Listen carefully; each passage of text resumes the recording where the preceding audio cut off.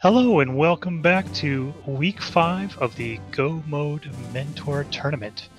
I'm joined right now by... Howdy, McMonkey. How are you? I'm doing quite well. I'm excited for this matchup. We have WGarrison and IrritablePenguin, a battle of the 2 and 2s in week 5. Week 5, we are back to having our mentors, still doing open seeds, same as last week, and we had some conflicting results last week. IrritablePenguin is looking to bounce back after a loss to RickyofKokiri, while WGarrison is looking to continue their winning ways after defeating Sen last week. Yeah, this will definitely be an interesting one because, both runners are going to want to kind of regain a bit of a winning streak here, wanting to move out of 2 and 2 up into 3 and 2, and hopefully keep moving towards that, nice 4-2 for a chance in that main. That's right, and this week being the last one with mentors of the Swiss rounds, they're looking to pick up any last little tidbits they can. And we're off. Both of our runners making an uncle start, it looks like. Always a point of contention if you decide to do Uncle Start or if you decide to do Sanctuary Start. We have our map check and it looks like crystals all around, specifically a red one at Desert Palette. Yeah, that's right. The Uncle Start seems to get a lot more flack for all of the teasing that I've seen about it. I've heard more people do the Uncle Start than not at this point. And the Uncle Start paying off right away with some bombs in the tree pole. Also finding a mushroom on the Uncle himself. Uncle is just ready to start handing out those fetch quests. That's right. Giving Link some early exercise.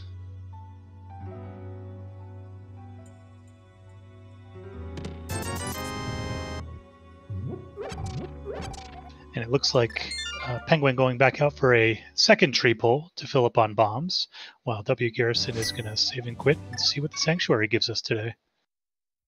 And it does look like Penguin as well is going to go ahead and do Bomb Escape, which is really, really fun to see. It's not the easiest of weapons to use in the escape, but if you can get the placements down, it can be really effective with the low amount of items. Yeah, certainly a little bit intimidating. There are some setups that make it easy, but with 8 bombs, it's going to be some tight execution necessary here.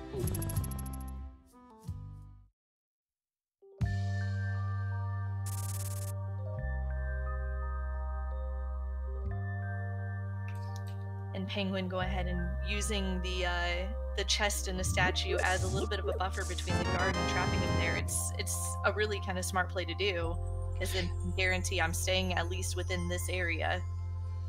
Yeah, and meanwhile on the left, WGarrison going into the Lost Woods and picking up their first glove.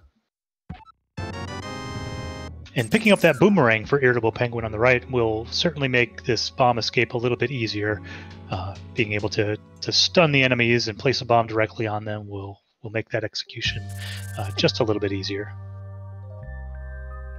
This is true, and I wonder, because I'm not actually sure the answer to this, but I'm assuming the answer is yes, if the stun prize works with bombs. I believe it does. Alright, well if that's the case, then it looks like our stun prize happens to be 5 rupees. And a nice double bomb set up there to kill that second key guard. That was very well done. Meanwhile, WGarrison is raiding Blind's hut.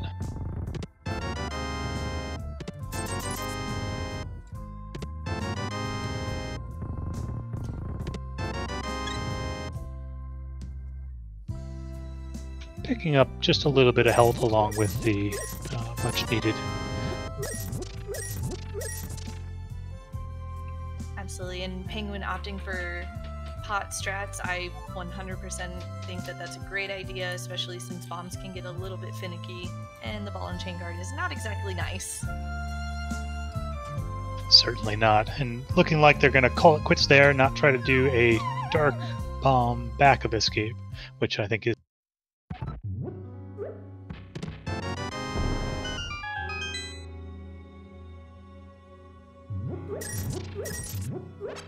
And now it looks like IrritablePenguin is going to follow in Garrison's footsteps. We'll see if they do a lumberjack.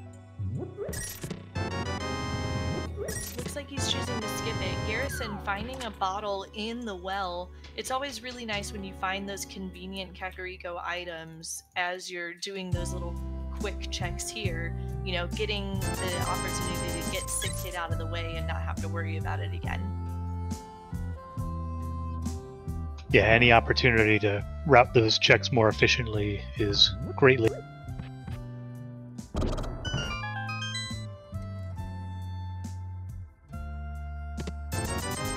You know, one thing I haven't seen a lot of in the tournament, for all of the cool tricks, not a lot of chicken clips going on. I think maybe all of our runners a bit, and maybe understandably so, worried about soft locking in the chicken hut.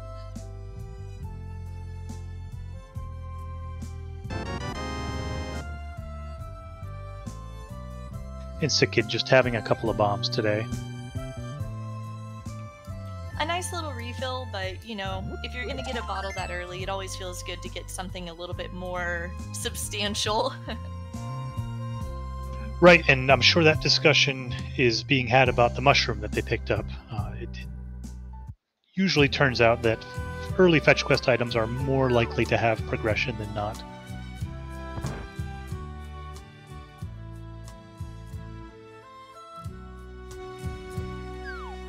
Just a heart container on our library, so nothing big there. And it looks like Garrison is opting to do race game blind. You know, not finding very much in Kakariko. I don't disagree with this play. You know, the chance of finding something here at race game does increase quite a bit if you don't find anything really nice in Kakariko. Yeah, that's right. And so you're trading a few seconds to do the race game blind in the case where it isn't anything, you know, as opposed to taking a probably equal time loss checking it ahead of time when it is something. So it's about a 50-50. I don't think you can blame anyone for going either way on that. No, absolutely. And Garrison saving and quitting over to the sanctuary. It looks like he might be heading towards the back of escape. Yeah, nice to route this in as soon as you get that glove and you have some bombs. Just get it out of the way, get it off of your map tracker. It's not a very convenient location to get to later. Once the runners get a little bit more mobility with the flute and the boots, saving and quitting to Sanctuary is not ideal.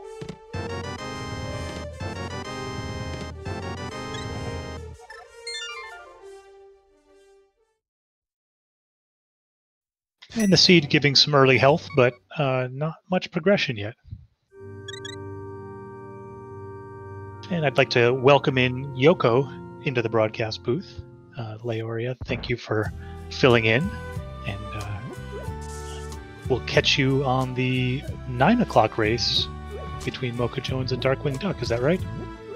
Absolutely, and I can't wait to be there. It's going to be a good one. Certainly, I'll be watching. Oh, and WGarrison setting up for a Houlihan here.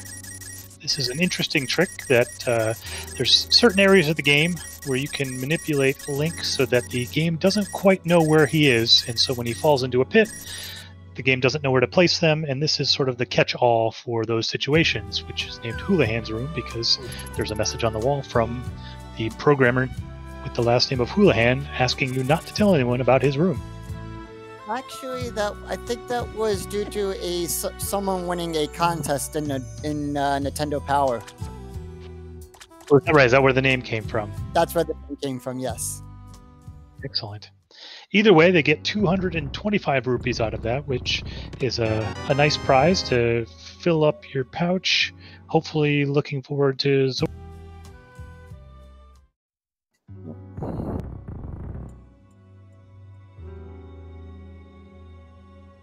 I missed what was on the library shelf.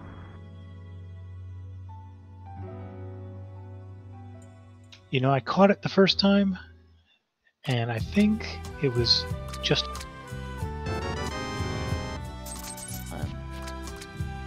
Garrison picking up the big 20 from the well. Yep, an IrritablePenguin doing the same play, going right into Mate's race, although saving and quitting as soon as he sees. Yep.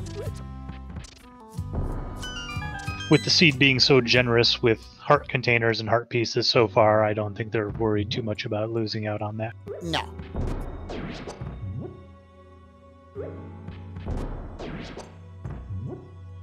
I just finished up a seed as well, so then I saw, it's like, oh, need help.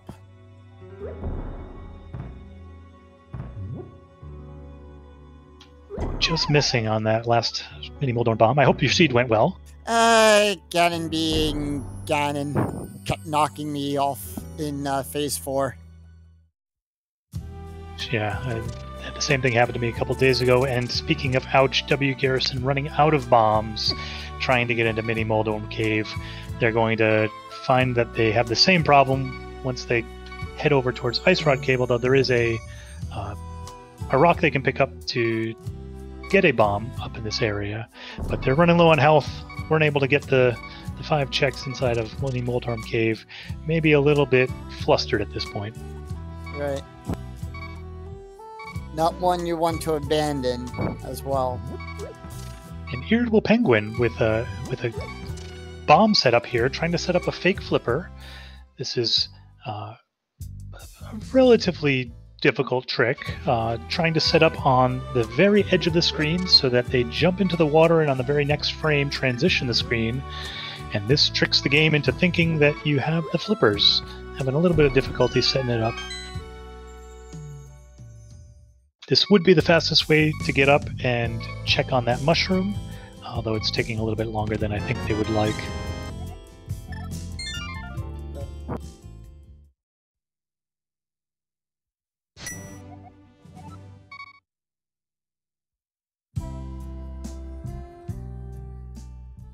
So I think you kind of need the moon pearl, if I'm correct, for that.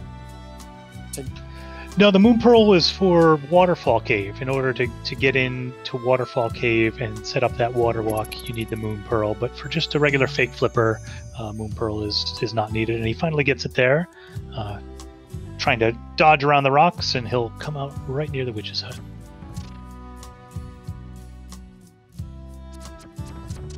We are getting a Sahash. Oh, we're going to his.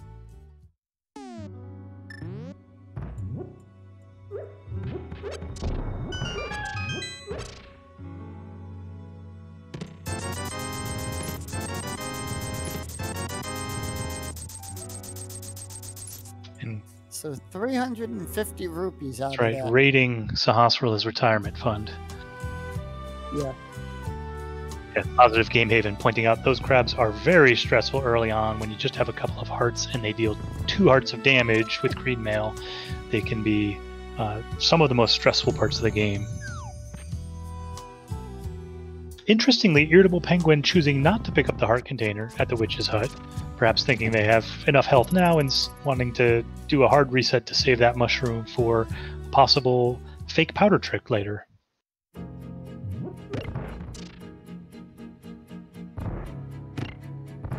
The mushroom and the red cane, you're able to trick the game into thinking you have powder in order to get the magic bat check. And IrritablePenguin picking up his. Meanwhile, on the left, WGarrison starting to check Eastern Palace. They don't have the equipment to clear the palace, but they should be able to get at least 2 items out of this. Right. And maybe some dark rooms if he feels.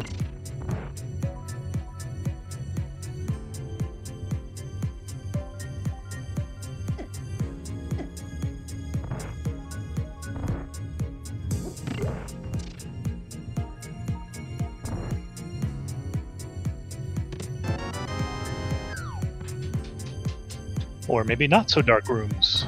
Picking the lamp in Eastern.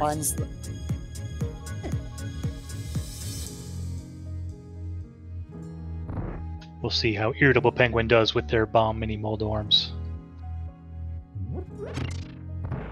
Oh, getting a nice double there. Now he's got 6 bombs to get 1 Moldorm. I like his chances. Yes. I didn't learn. First time I did that was for the bi-weekly seed, but Oh, and some nice items back here in Mini Moldorm with the hookshot and the flippers. Garrison finding the big. Yeah, and with $300 in the back of Mini Moldorm Cave, it makes that houlihan that WGarrison did perhaps not quite necessary. IrritablePenguin will be able to farm some rupees up near Ice Rod Cave and probably transition directly into the flipper checks going up towards Zora.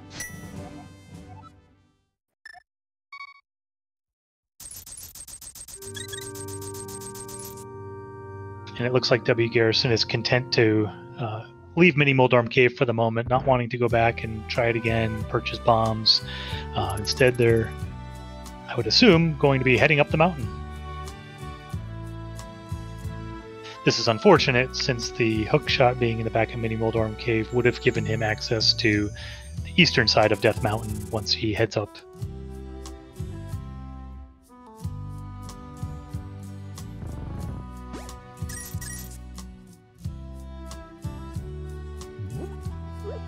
And still no lumberjack check.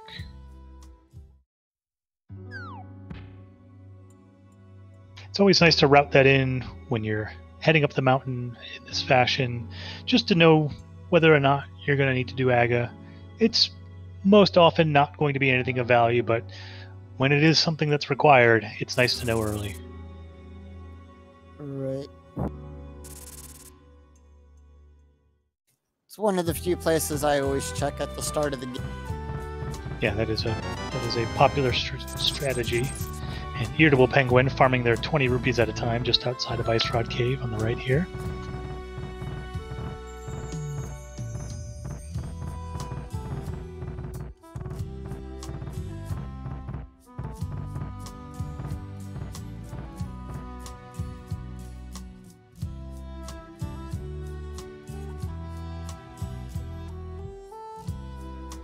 And at the top of Spectacle Rock today, we have $50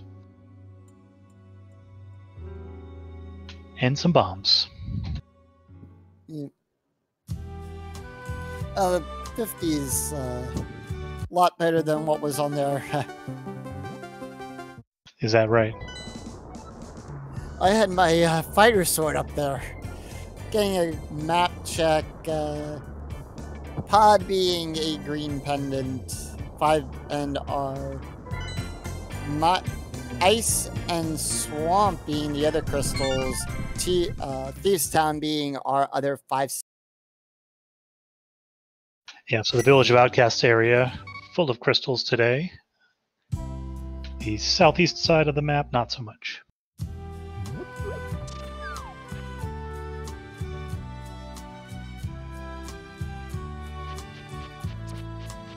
And it looks like WGarrison is heading down for another crack at Mini Moldorm Cave. They're going to get the bad news that their hookshot is in there, although it'll be pretty quick with no save and quit delay anymore to go back up to the mountain cave and then head over to the east side. Not losing it.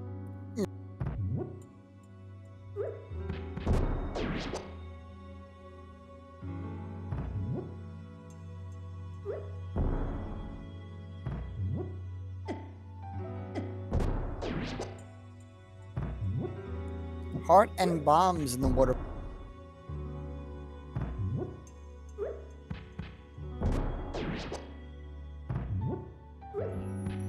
Alright, 1 bomb and 1 Mini Moldorm left. And Gets it. That must be. Piece of heart on Zora Leads. There's the hook shot. And flippers.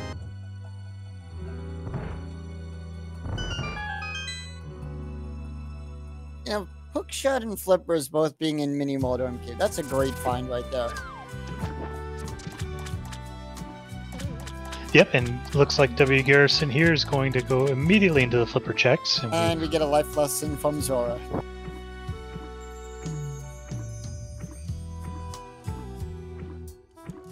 Yes, sadly, not the best in. No. Must be running a pyramid scheme. That's right. We'll get our 500 back and more in just a few.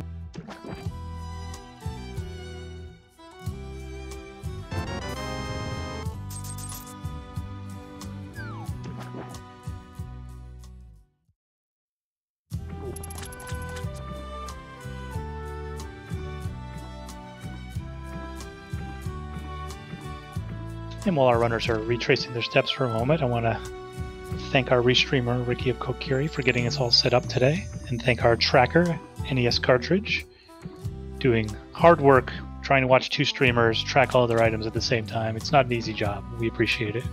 Yep. I've done much worse than 2. I had to do all 4 at one point. That sounds very difficult. It was. But it wasn't for very long because we were able to get in another tracker to help out.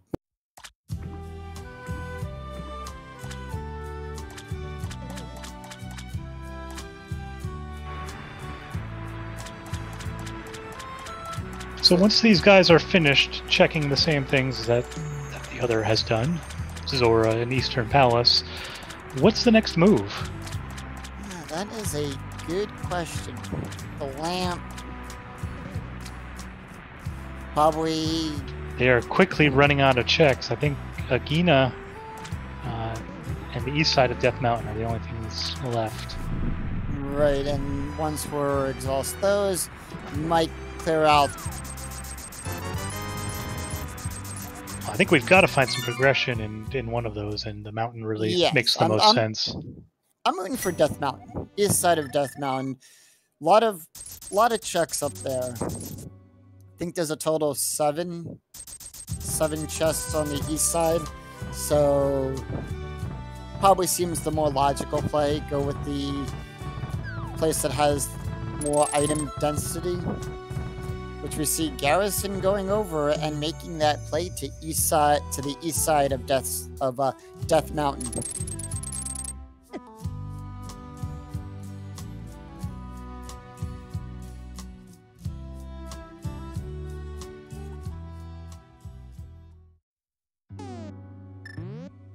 Yeah, strangely able to make up a little bit of the time loss, because IrritablePenguin walked all the way back from Ice Rod Cave to go into the flipper checks, whereas WGarrison was able to go right from Mini Moldorm into the flipper checks. Kana Brian, a piece of heart. A nice safety to have, but it's not the progression we're looking for. Right.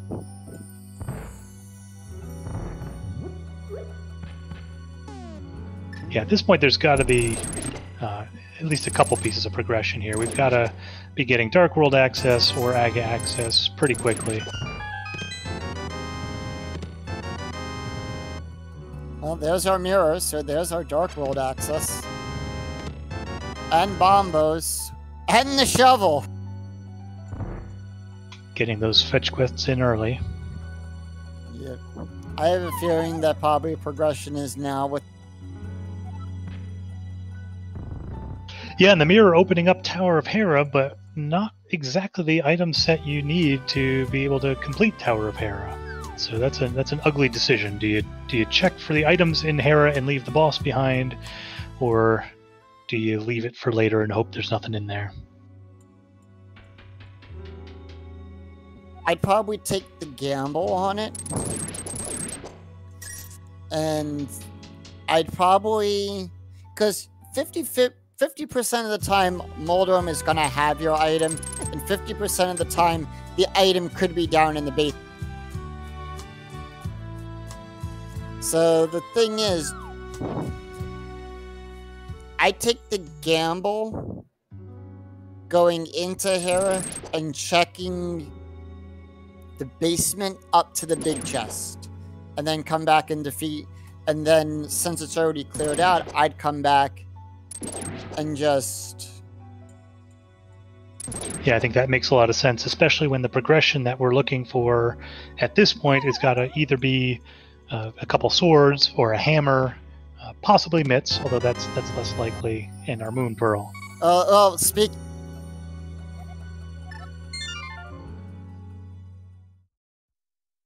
Garrison picking up his Yeah, but still no Dark World access without that Moon Pearl.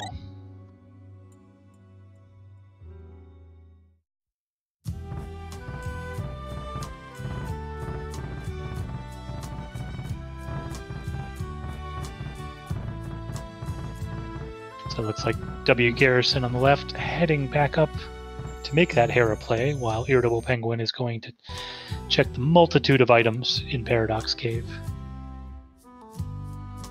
He's going to be happy with what he finds.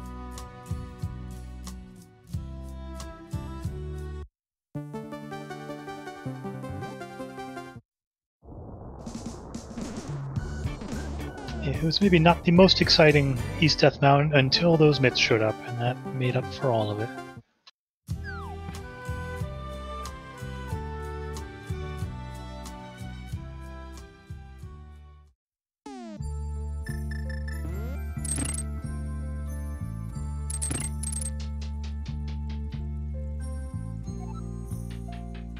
Down in the first basement of Hera, we see the cape, which is probably not the item that they were hoping to find here, as it leaves us one item away from AGA access. But it's another good... At this point, even a bug net would be enough to be able to go defeat AGA. Yep. Vanilla strap. And speaking of vanilla, having to go down to the vanilla big key room for the big key. Realizing he forgot that he needed to put the bomb there for the coffee break, but just gonna play. You know, it's fun every once in a while. Keep those reflexes nice and tuned up, just in case you need to do some other dodging later in the seed.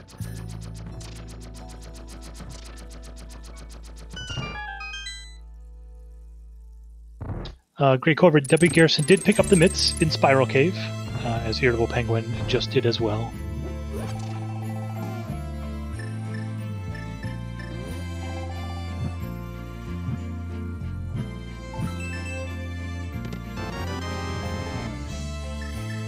Well, there's our big key. Chat pointing out that the blue cane also hurt. Carlson pointing out, along with Positive Games, saying that the blue cane can also do damage too. Yeah, I've never played around with that. I would wonder with a single magic bar here whether that would be enough damage to do away with Moldorm.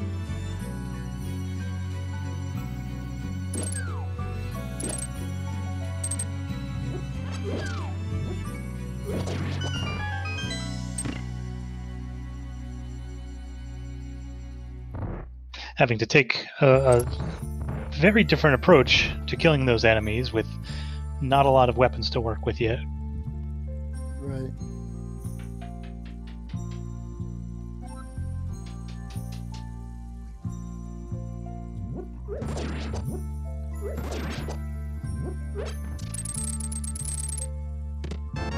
Well, let's hope the two-headed... Well, there's our Moon Pearl. Semi-vanilla? Yeah, just a few feet from the vanilla location. And that was the second item from Tower of Hera, which is why the save and quit came immediately after taking the fall. There's no more items to get.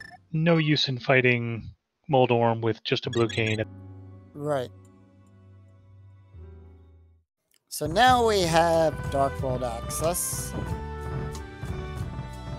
And it looks like Garrison on the left here is making the play to Dark Death Mountain as their first Dark World.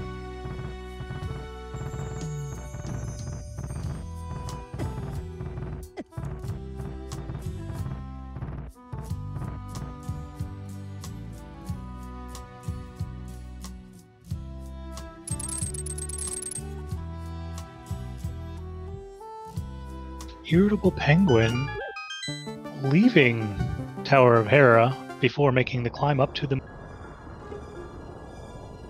Penguin looks like he's gonna go do the, dig up the... Not wanting to put in the time for the coffee break room. Somewhat understandable, although they're going to be forced to climb back up there anyway.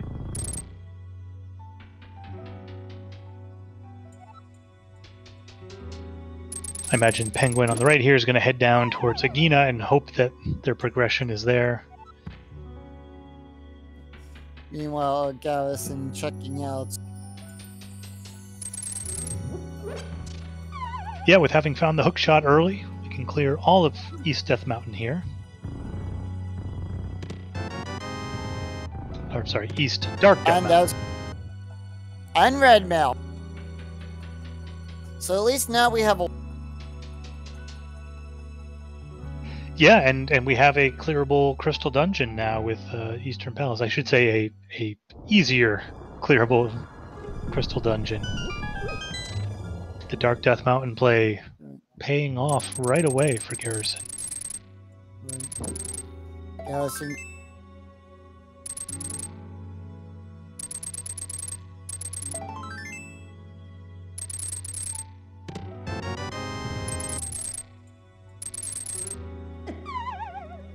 And just a piece of heart in Agina's closet, so IrritablePenguin going to have to make that climb back up to him.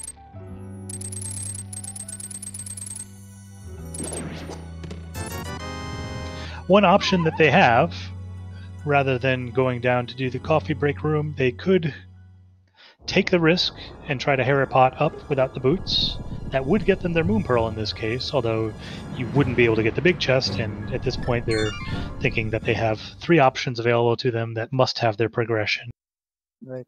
And as we take a quick look before Garrison saves and quit, access to Turtle Rock is...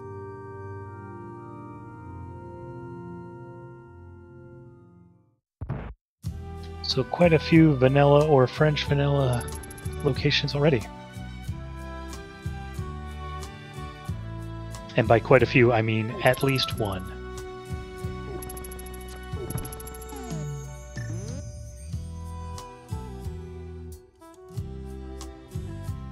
And WGarrison heading down towards the village, likely going to take the portal here and go into the Village of Outcasts.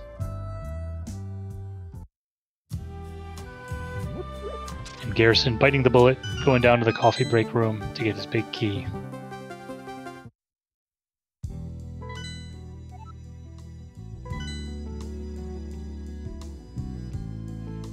And he gets the... So instead, Garrison going up into...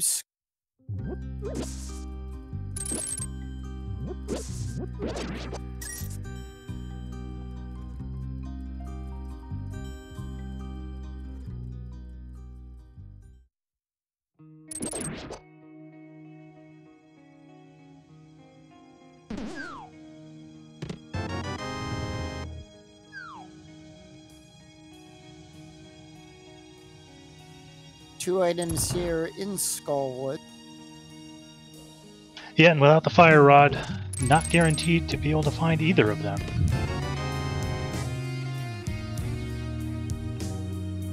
Although the chances are at least one of them will be in the front half here.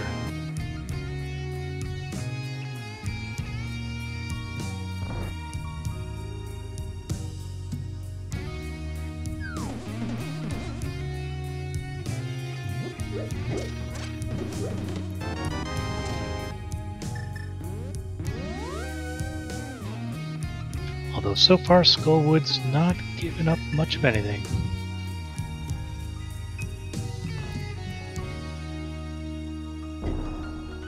Meanwhile, IrritablePenguin heading through the petting zoo.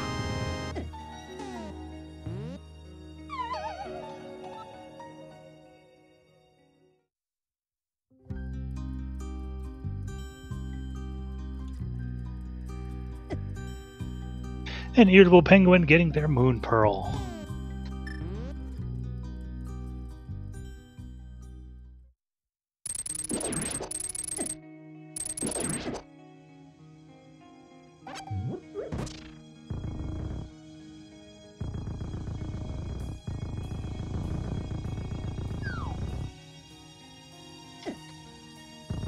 WGarrison doing some bobbing and weaving, trying to get around the Gibdos, avoid the Wallmaster, push the statue onto the switch. It is not an easy job.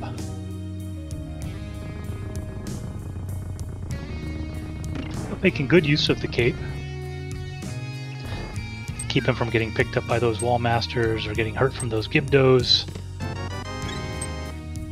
And the spike trap. And with a full magic right next door, it makes sense to be generous with your magic usage. Right.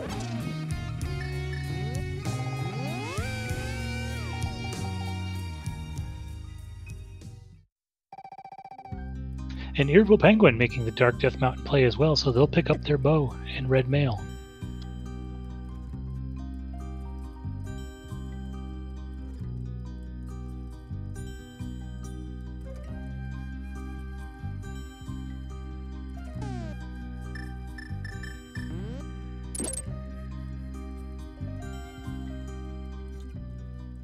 So Skullwood's not paying off. It tends to have it larger than the usual share of progression on average, but today not giving up much. Nope. And just bombs. Yep, we would have access to that, but unfortunately nothing of value there, so not going to waste the time to go through the cave just to pick up a couple of bombs.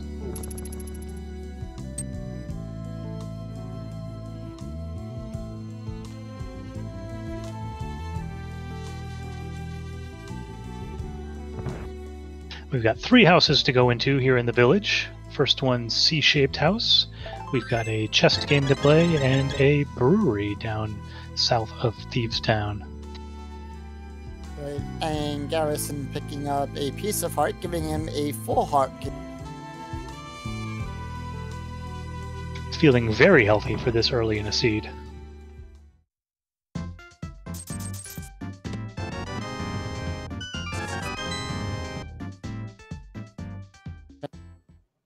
And 20 rupees out of the chest, out of the...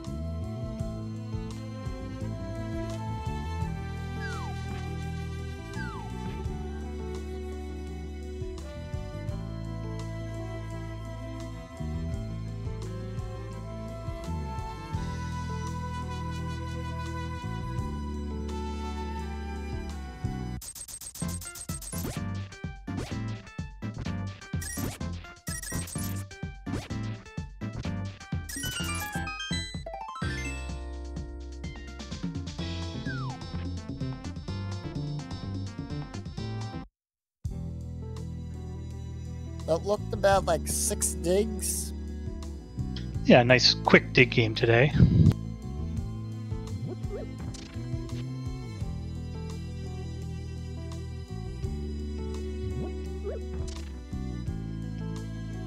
And Garrison picking up our good friend. Jeremiah is currently a bullfrog. The song will have to wait till later.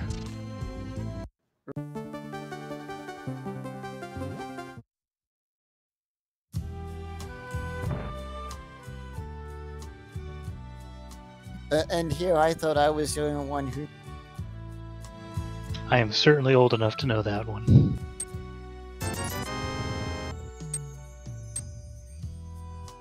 And Jeremiah with quite a nice gift for his rescue today, the Cane of Samaria.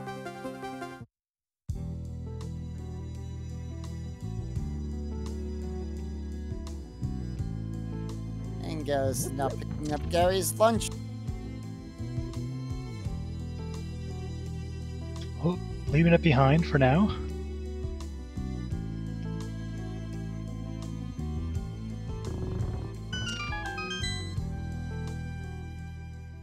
Perhaps a quick change of plans there rather than make the tour down to Cave 45 in the desert. First gonna clear out Thieves Town, it looks like. Yeah. Just one piece of art. 4 chests in the front, one guaranteed to always have.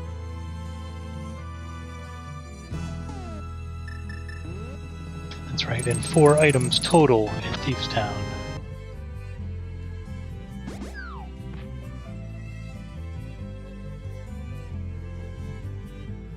Meanwhile, IrritablePenguin going and doing an early check of Graveyard Ledge over here. Not able to loop in Bonk Rocks and King's Tomb yet, but this is an interesting gamble. It could, if it has a item of value here, this could really pay off.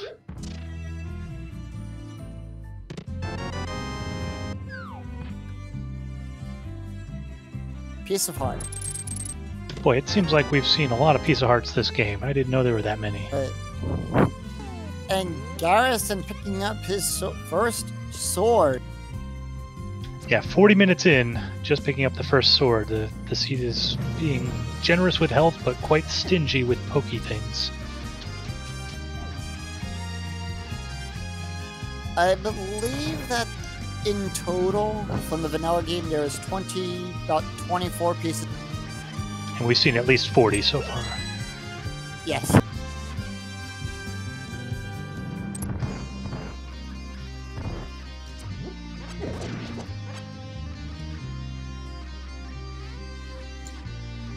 So that sword will certainly make Thieves Town a lot easier to get through between the sword, the cane, the cape, and a potion of blue goo. I don't imagine either of these guys are going to have trouble with Thieves Town. Nope.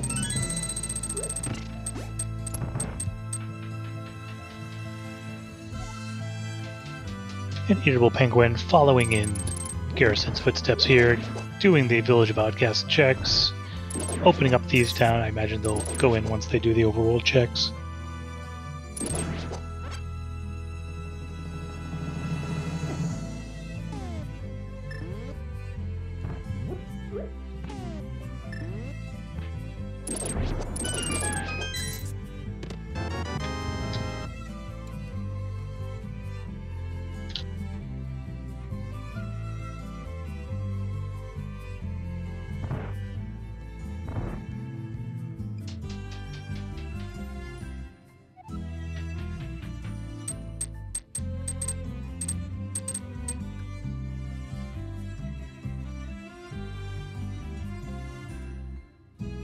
The one scary thing about doing Thieves Town early, especially picking up that small key in the front, is without the hammer, they're going to potentially be orphaning an item here. Although since we can see both of our runners making the same play at this point, not really a lot of risk there, but they don't know what their opponent is doing, of course.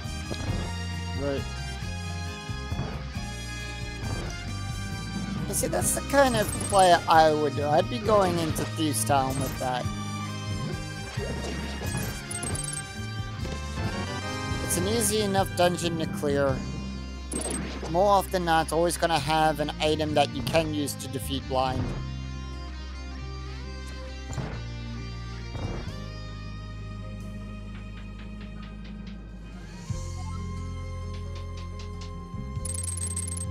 And no matter if you have a sword, the blue cane, blind is always going to go down in 9 hits. That's right. One of the only bosses that their damage logic doesn't follow the same as other enemies.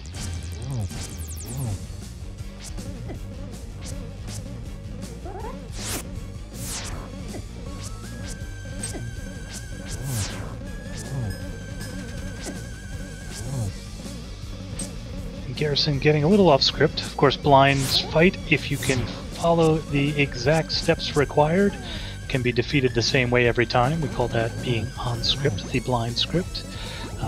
Garrison getting a little off script, but pulling out the blue cane to finish the job, taking down blind, getting their first crystal, and $300 as a bonus.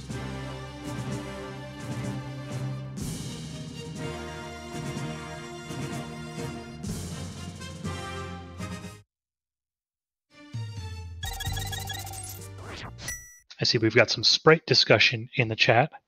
Our runners here, IrritablePenguin, said before the match that they feel compelled by their brand to use the Penguin Link sprite. And Garrison pointed out that they like using the modern Link sprite to translate some of their NMG skills to the Rando. Yep.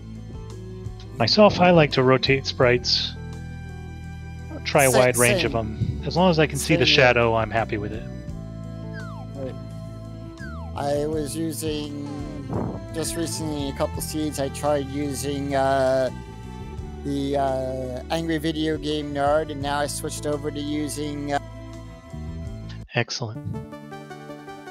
WGarrison picking back up Gary's lunchbox and taking it for a tour down here to Cave 45. We're going to get a peek at Stumpy picking up a book in Cave 45, which gives us desert access, although desert may still not be clearable without the boots. There's potentially an item locked on top of the torch in desert needing boots. Right. And at least gives us also a chance to check the tab. That's right, and being right down, bringing the lunchbox back to Gary, they'll have the perfect opportunity to check the contents of the Bombos tablet, although they won't be able to collect the contents of the tablet without a Master Sword or better. Right, Stumpy just giving us his money. His milk money.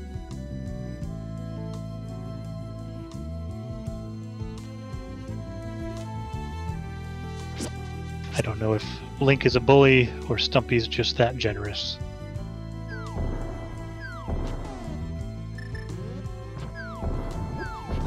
I think maybe Link tells him what's going on, and maybe he's just borrowing the 20.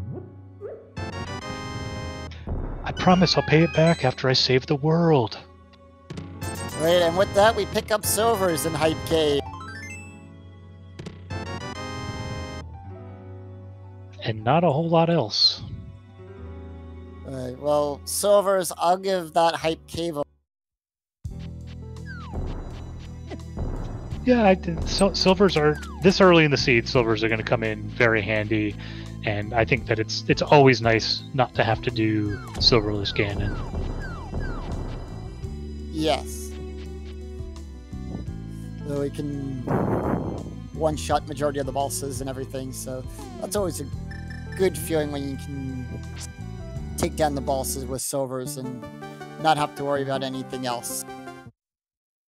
Yeah, although both of our runners, having done that Dark Death Mountain play early, maybe thinking they got a little bit of an advantage by picking up a bow there. If so, then Hype Cave giving the second bow would negate any advantage they got there. So perhaps being ever so slightly disappointed seeing the silvers. I'm always happy to see the silvers. And a piece of heart on the Bombos tablet. Piece of heart number 88.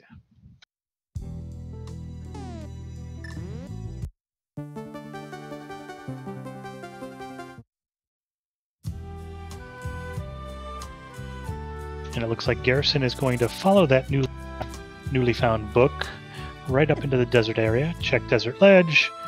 I imagine we'll get a Gina check and possibly entrance into desert.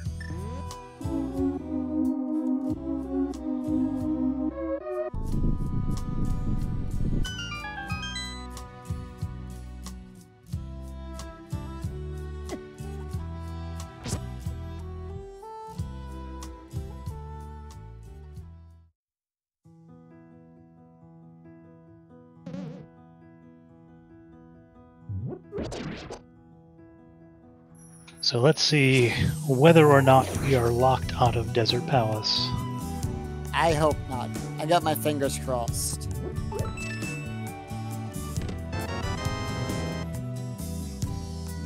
There's the big key. That's always a exciting thing to find. Delays the answer for sure. No, we are not. Compass up on the torch. That's good news for Garrison. That makes Desert Palace fully clearable, and with those silver arrows, makes the Landmo fight not too terrible. Right.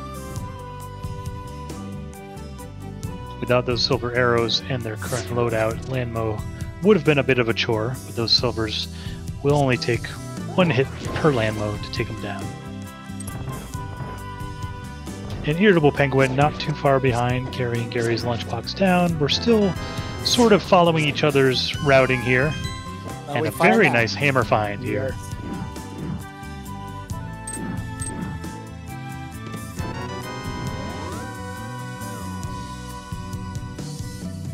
A hammer opening up all of the rest of the Dark World portals. It'll make getting around the map a little bit easier. Gives access to Turtle Rock portal. Pyramid.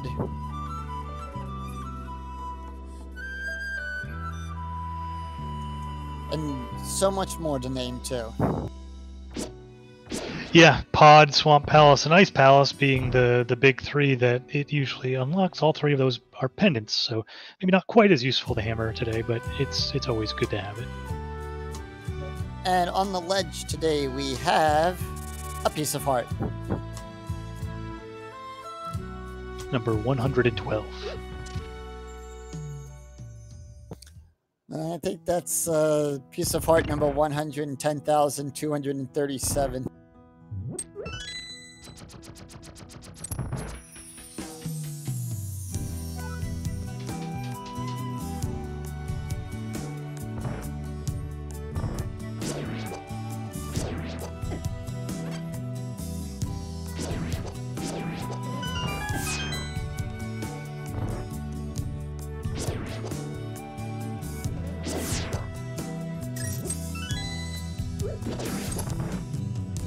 And if you're enjoying the music, I believe what we have here is WGarrison's audio. This is an MSU pack that they put together themselves.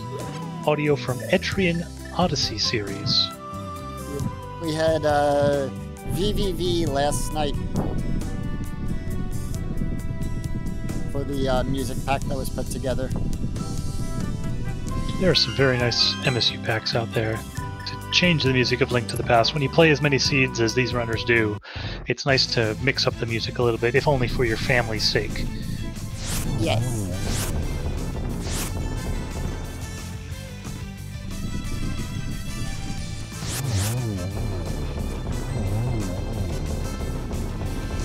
Nice 2-cycle right there from Garrison.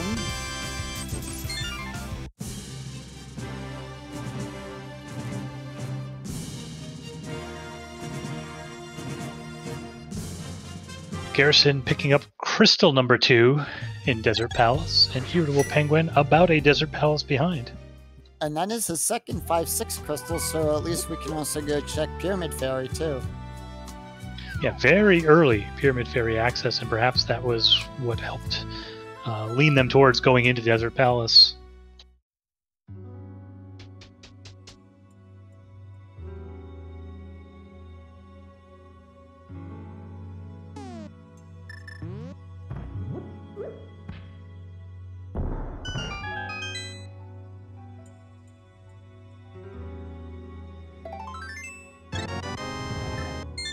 So at this point, I think the next big piece of progression these runners are looking for, they're going to need the flute.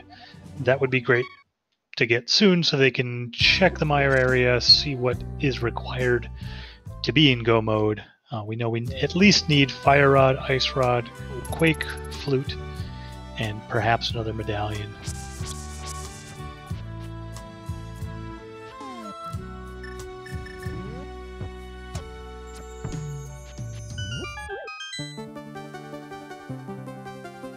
But the Pyramid and Pyramid Fairy play will put them near to the Eastern Palace pod area. I imagine that we'll see them drop in there after checking Pyramid Fairy, pick up their third crystal, and possibly dip into pod for the multitude of items that are in there. 2 items here, plus we can always take our bottles and dunk them into the fairy and hopefully get some goo and not some bees. Yeah, hopefully we don't get stung.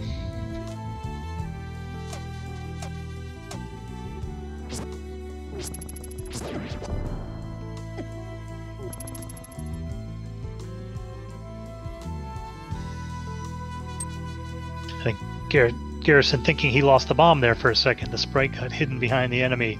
He turned back and then started walking again.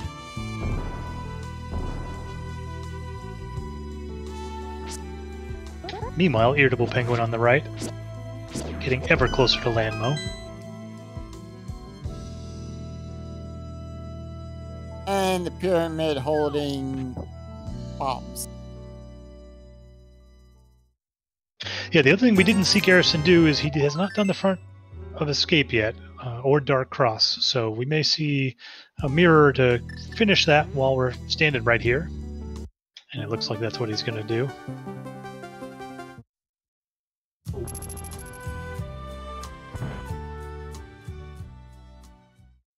Nice little two-step around the guards.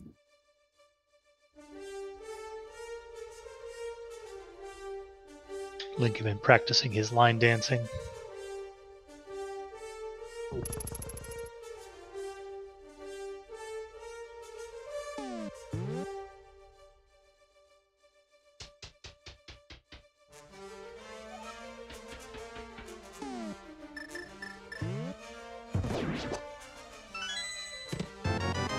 Irritable just missing on that 2-cycle Landmo. The timing of these arrow shots is harder than it looks, and he takes down Landmo in 3 cycles, picking up 20 bucks and their second crystal. So we'll see if this front of escape evens up the racers. I imagine that coming out of escape here, IrritablePenguin will be approaching with their Pyramid Fairy bomb, and we're pretty much in lockstep.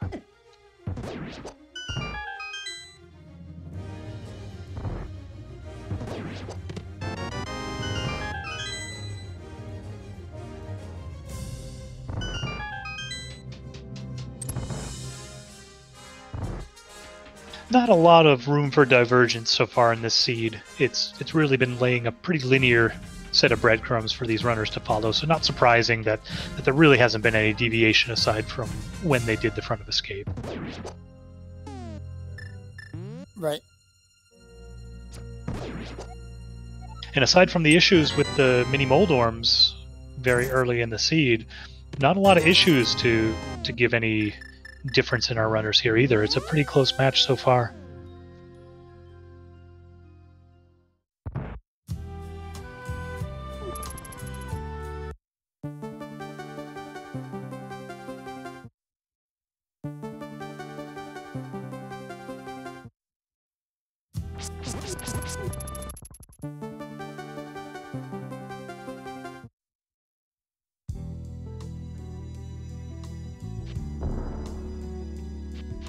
And as expected, we'll see our runners virtually high-five each other on the way to and from the pyramid.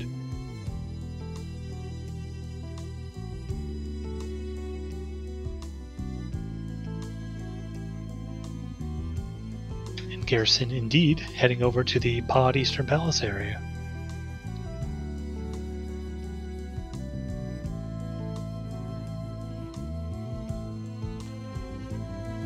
Great Corvid asking in chat if we've seen Dark Cross. We did not, which is interesting, given that Garrison went in with the lamp, cleared out the front of escape, but didn't bother to check Dark Cross. So both of our runners leaving that check orphaned for the moment. Right, maybe they were also item counting. It could be that they know that the map or key is there. I was not item counting across the runners. I would trust these mentors a lot more than my counting of item. Right. I'm in the same boat.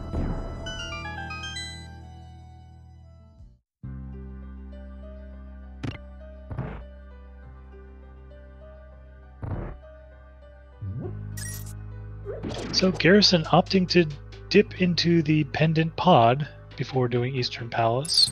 Of course, he's already checked part of Eastern, so he knows that there's that mode there, as opposed to 5.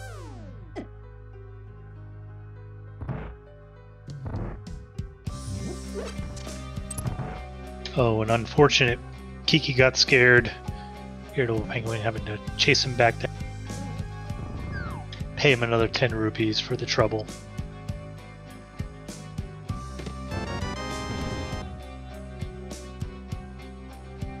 course, the front of pod is guaranteed to have at least 4 keys.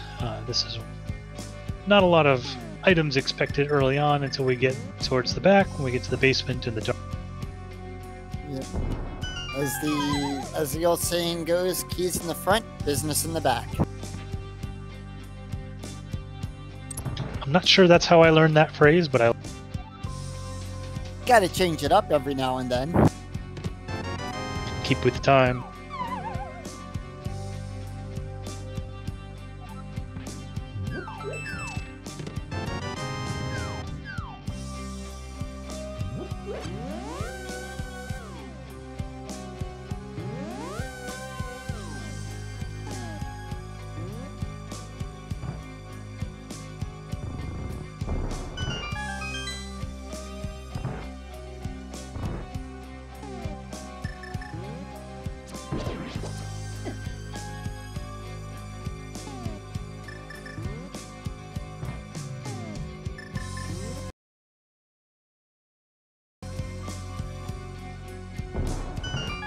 As we head through to the mimic room in the bow-locked side of pod, of course we have all of the items required to finish pod.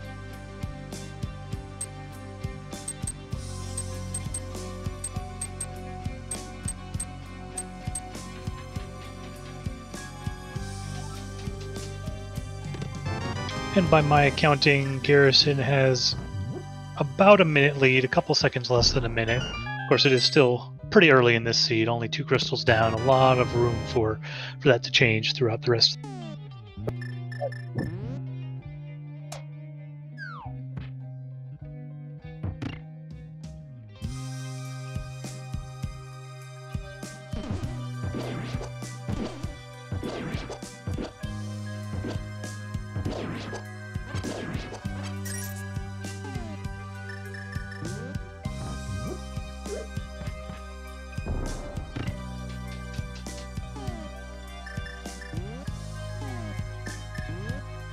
Pod being pretty stingy in the front here. I don't think we've seen a single item. No, just keys and maps.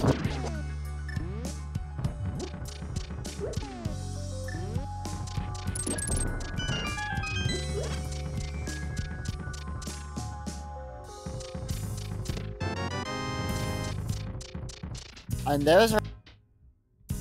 It's a good first item to find. It makes this pod play pay off immediately with that being a required item. And the arrow of...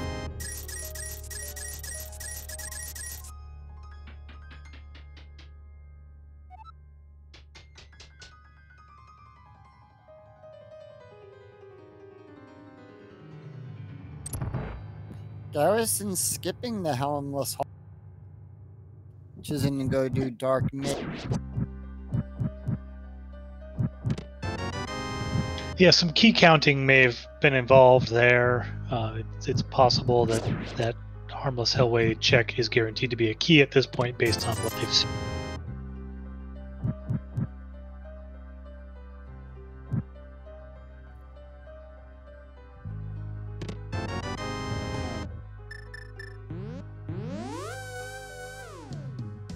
And so one more item on Helmasaur. It looks like Garrison is going to make the trek back to kill Helmasaur.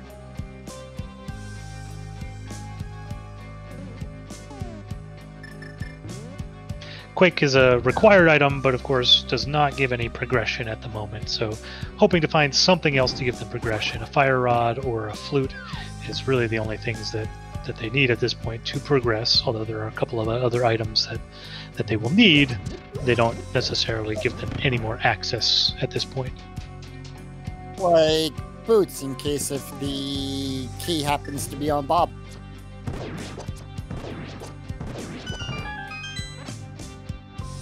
In GT. Very true.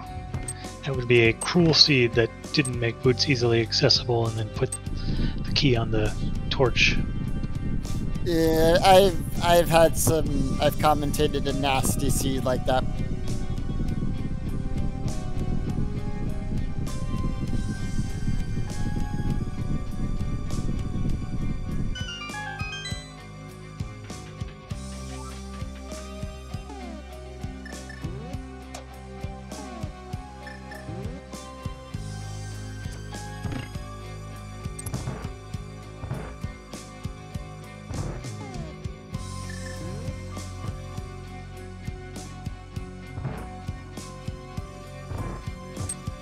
as we head into the infamous turtle room.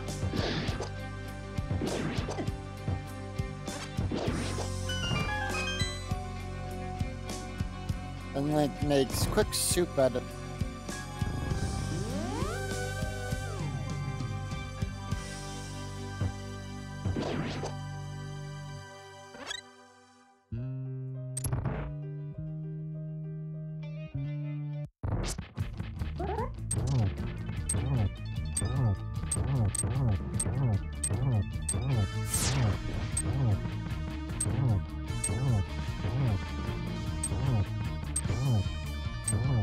"17 hits on the mask with the hammer to knock it off, and then a single silver arrow in the gem, and that'll take down Helma.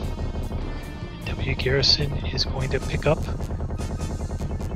their blue or red pendant, I forget which, and just a couple of bombs. Green pendant. Oh, we have our pendants mixed up on the tracker here. Green pendant, that actually makes a lot more sense why they would come back and fight Helma. Yeah. With it being the green pendant, they can immediately go over, hand that to Sahasrara, and get another item. So it's always an additional item. But going right back, turning around, warping to Light World, going right into Eastern. Yep, just gonna knock out the back of Eastern Palace here, take down the Armos Knights, and then head over and turn in that green pendant. Yeah. I like it. Almost feels vanilla. Yes.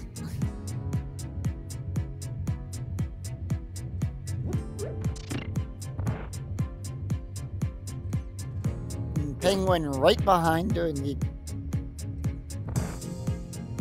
Yeah, it looks to have made up a little bit of that 1 minute deficit going through pod. Just a little bit tighter on the execution.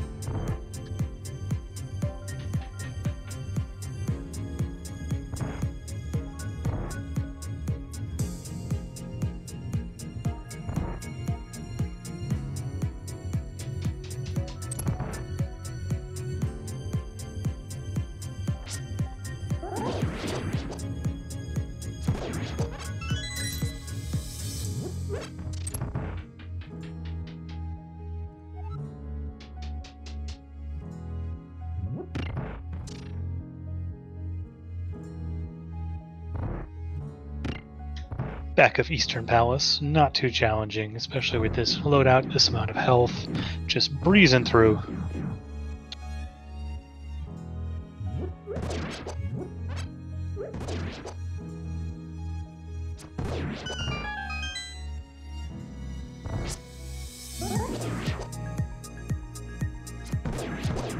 Even the red Minix going down without even a whimper. It makes me wonder sometimes who sat there and actually organized the constructions of all these palaces. Do you have an issue with their construction? No. Just one of those things that I always ponder, like, you know, they're... Yeah, and those silver arrows making such quick work of Armos that hardly even got to see the fight. Both of our runners here, back to back, picking up their 4th crystal.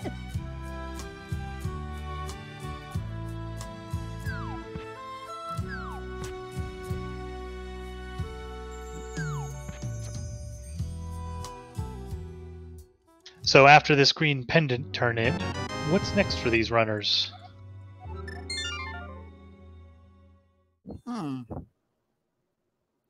Still looking for fire. We need the flute. Yeah, Swamp and Ice both available. It looks like Swamp may be the play here. Yeah, I'd make the Swamp.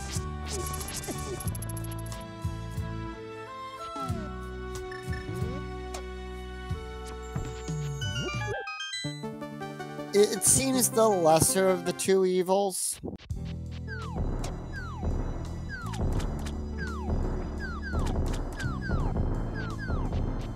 Yeah, and it looked like there was some discussion on IrritablePenguin's side with bit of a hesitation leaving Sahasrarla, maybe discussing what are the options of what to do next, and in the end, deciding to continue following in Garrison's footsteps, heading down towards Swamp Palace area as well. Very neck and neck.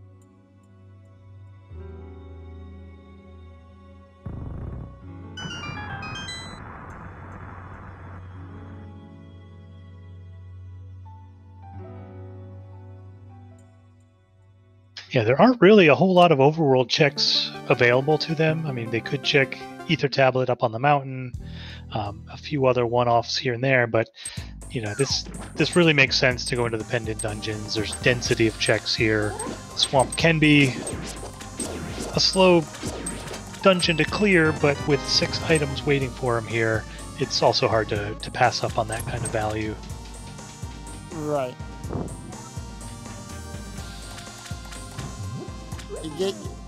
And if all 6 items don't happen to be, and one doesn't happen to be in the boss, you get all 6 and then you can just warp right out. Yeah, that boss fight with Fighter Sword, well, now Master Sword, still not a whole lot better fighting Argus with either of those swords.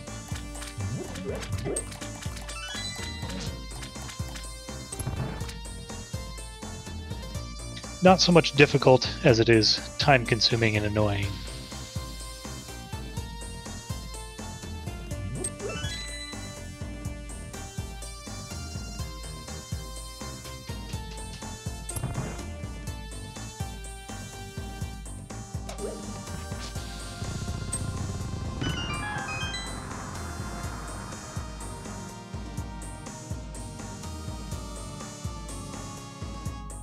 That Master Sword being somewhat important. It's always nice to have your sword requirements done before heading up to GT, knowing that you're not having to full clear GT looking for your Master Sword in order to be able to fight Ganon.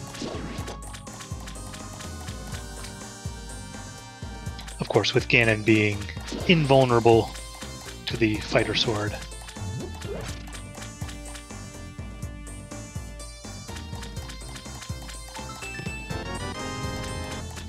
Well, there's our fire rod. Yeah, and that's really a good piece of progression. It looks like they're going to continue on here just in case there's something else that's required here in Swamp Palace. Right. It is a time-consuming dungeon to enter, so you know, if you had to make a double dip on a pendant Swamp Palace, that would be really unfortunate. Right. And the fact that the fire rod only opens up Skull Woods. We know we've checked the front there. I think both items are still available, but there's only 2 there. There's still another 4 or 5 items left here in Swamp. Right. And Garrison's setting up for the icebreaker. Icebreaker glitch. No, diver down. That's right, that Cane of Samaria block allowing him to clip into the rail and then hop down and land underneath the water layer, saving him the time of draining that out. One of those I'm still practicing. Yeah, getting the knack of those movements going in and out of the water takes a bit of practice. Once you get used to it, it gets significantly easier. There were a few panicked runs where I did the left side diver down, which once you've committed to it, you really have to pull it off in order to get that flooded key. It took more bombs than I would like before I was able to get it, but managed to pull through in the end. Oop. Yeah, I'm not that super confident with it yet, even when doing my seats.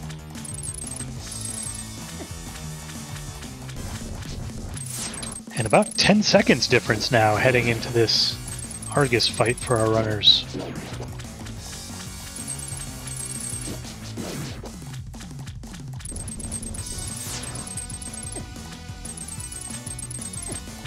These puffs taking 2 swings from the Master Sword, trying to make good use of their time, pulling 2 puffs at a time, but that is not an easy feat to pull off. And both are down to 3 puffs. This is going to be a This is going to be a photo finish, folks.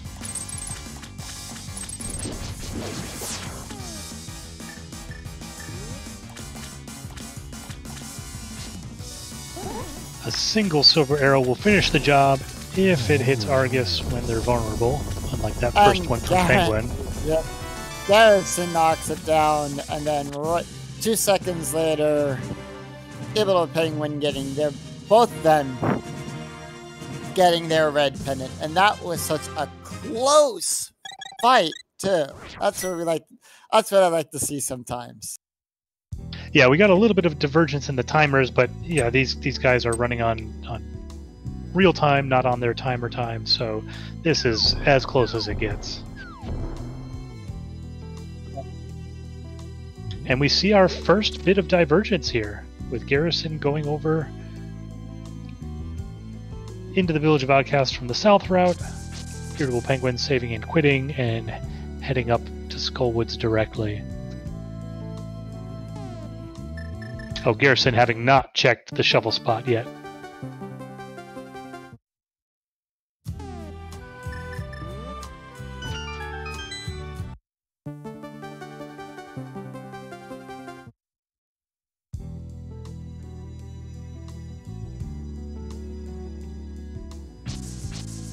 Yeah, and so this longer route heading into the Village of Outcasts is going to now push IrritablePenguin into a slight lead.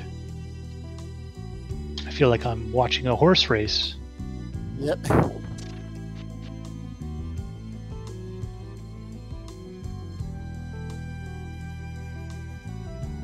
At the midway point, we've got IrritablePenguin by a half a stride. And the winner, Secretariat. Ooh, tough luck for our runners going up against Secretariat. Yep.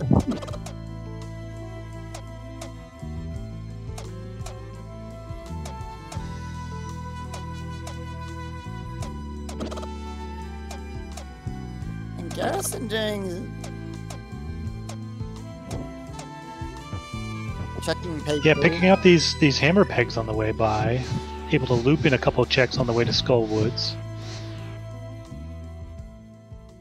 I know what he's setting up for. He's setting up for the fake powder. That's right. Yeah, he's going to be able to check Magic Bat here as well. Although, then heading into Skullwoods, he'll have to use one of his potions to get his magic back. Or pick up the full magic on the way towards Moth. And we have a pedestal check. That's what that was. I missed it the first time, but I get a second opportunity, and it is Boots on Ped. Oh, so we have a ped seed. Gotta go fast. Well, boots are not necessarily required. Right. Only unless we get the big key on top of the torch and everything, and Ganon's. Oh boy, would that be a kick in the pants to go all the way up to Ganon's tower, see that big key on the torch, and then have to go back and clear.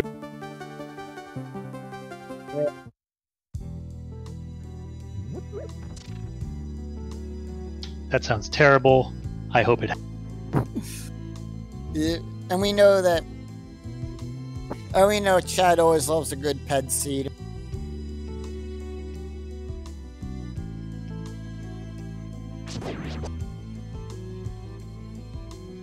Well, and that may incentivize them to, looking for their last items, go right over to Ice Palace, clear it out. They've got the red cane, so they can make quick work of Ice Palace, and then make a swing over towards the pedestal on their way to finishing up Go Mode.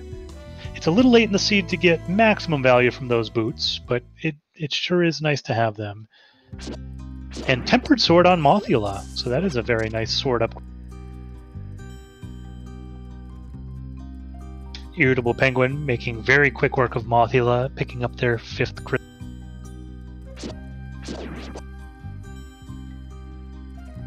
And that was such a good fight. Yeah, anytime you can take down the moth that quickly, it's a good fight. So at this point, our runners are hoping to see the flute. Seeing the ice rod would be nice to have it in their pocket, but then that opens up Turtle Rock availability and That's not a nice decision to have to decide whether to head up to Turtle Rock, guarantee yourself another mountain climb, or check Pendant Ice Palace. And now with that Boots knowledge, IrritablePenguin heading right to Lumberjack Ledge and seeing that it is just a bottle.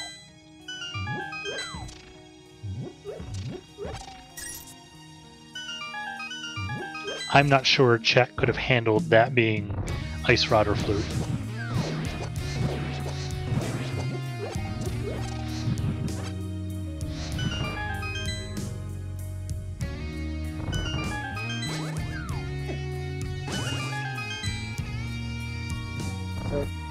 So, IrritablePenguin heading up to Tower of Terror, looks like. So take down Moldorm and pick up the Ether Tablet on the way, and oof. And Garrison gets grabbed by the wall. Yeah, and that's doubly frustrating after having used so much magic to clear out those Gibdos. Gonna have to take a couple laps around this room, pick up some magic to be able to... Oh, and a very convenient full magic drop.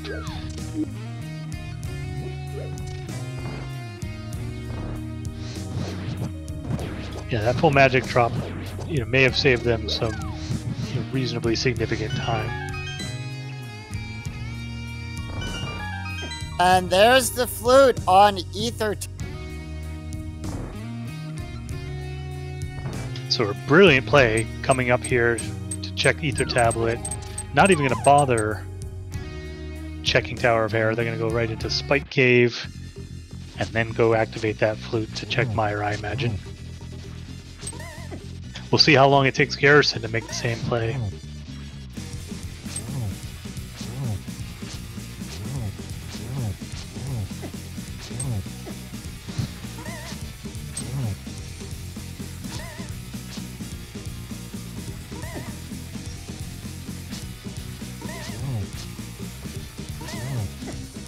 Meanwhile, Garrison on the left, battling Mothula. And Spike Cave gives up a full heart. Great job by Garrison, taking down Mothula, getting their Tempered Sword and their 5th.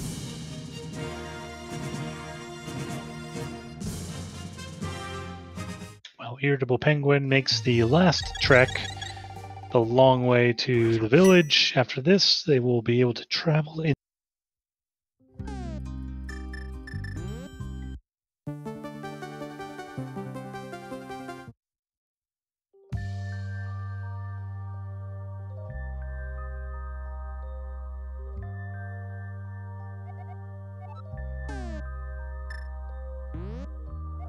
I think that's the one thing they did not want to see was Boots being. Yeah, I mean, Ice Rod, Flute on pedestal would be maybe just a hair worse, since those are hard. Yes. And at 1 hour and 22 minutes, the goose is now.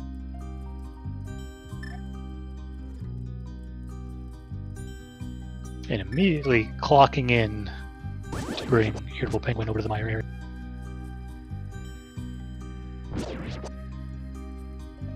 And we'll get a first look at what we need to get inside of Meyer. And it is indeed quite. So Meyer full clearable. We'll check the Meyer shed, maybe Checkerboard Cave, and then I imagine we're going to see the clear of Misery Meyer next.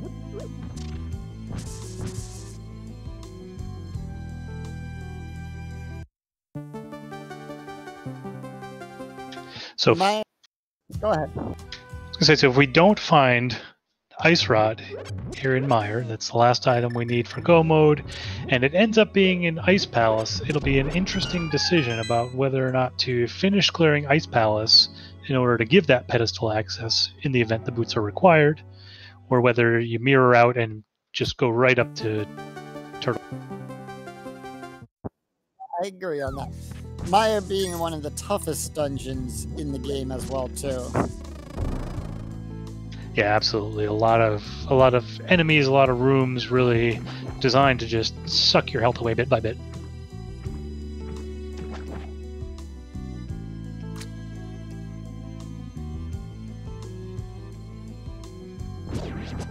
And it looks like on the left here on Garrison's side, There's we're going to get our first look at Catfish, but Garrison now at 125 is officially in Go mode. in Irritable Penguin. About 96% Go mode. There's still that roughly 4% chance that Ganon's Tower will require boot.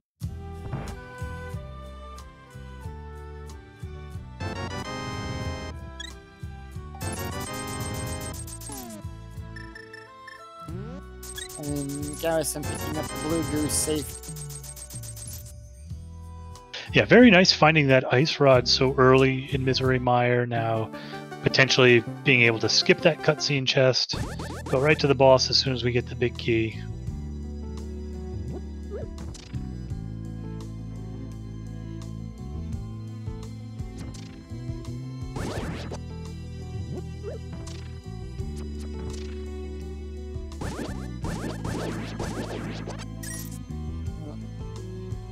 So that small key telling us that we will indeed have to do the cutscene chest, because a small key in the compass chest guarantees that the big key is in the cutscene chest here in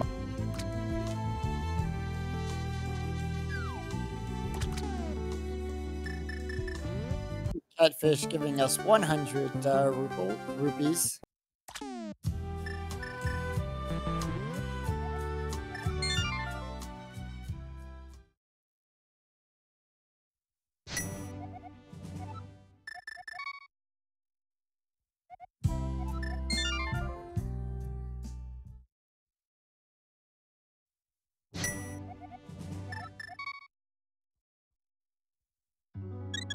And it looks like Garrison is going to head up the mountain and pick up their flute. So there's the big key for Irritable Penguin. Now all he has to do is just make it to the back of Mire and take down the floating eyeballs. Which should go down significantly faster with those silver arrows, although he's only got 16 to work with at the moment. Right. Passes up the full magic refill. And pulling out the fire rod to hope to preserve the spooky action glitch.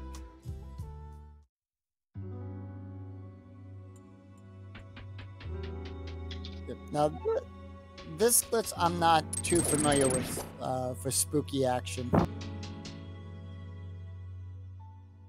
It's relatively simple in theory, that there is a variable that gets overloaded which causes the fire rod splash damage to operate at a distance.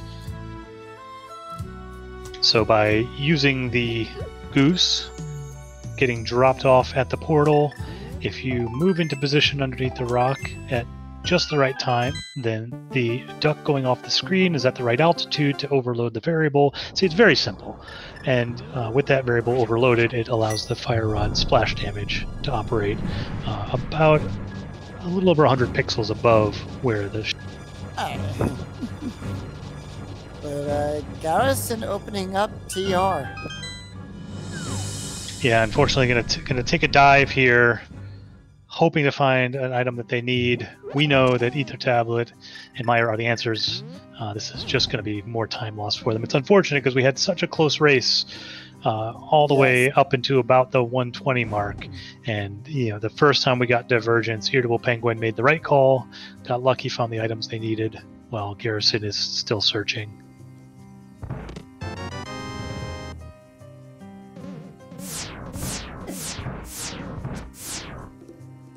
And a very nice 0-second Vitreous on IrritablePenguin's side on the right here, picking up powder and their 6th crystal. I was about to say 7th crystal. You know, I almost said the same.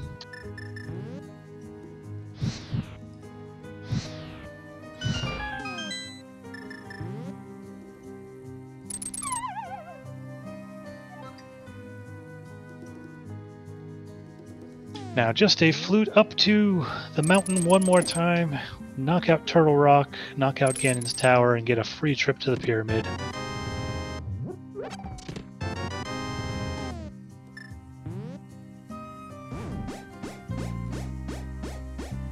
Yeah. At this point, with still needing to get the flute and the ice rod, clear Misery Mire, it's hard to imagine Garrison catching up at this point. Right.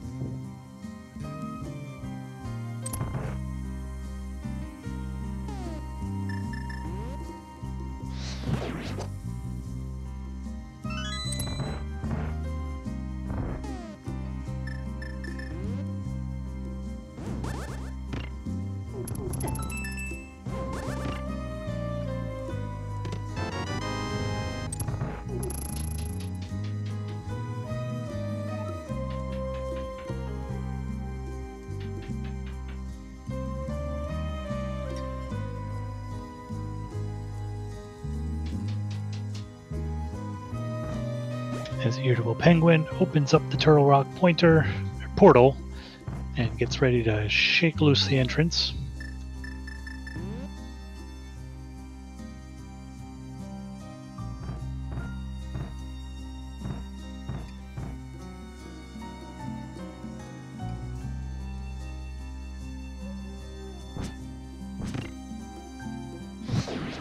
Yeah, and unfortunately for Garrison, you know, with their item set, they're going to be able to clear everything in Turtle Rock except for Trinex. Just giving them even more rope to fall further behind.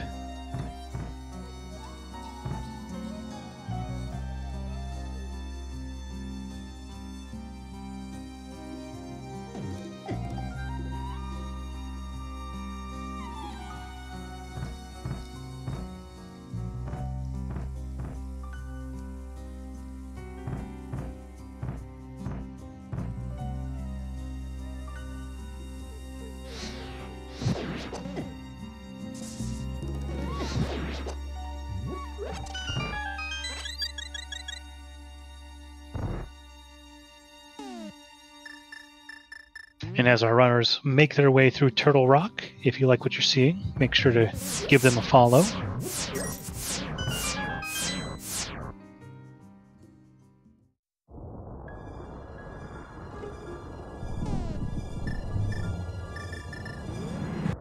This is the first restream for both of our runners. I think they're doing an excellent job for it being their first restream. Not a whole lot of mistakes here, nothing to indicate that they're having any nerves at this point.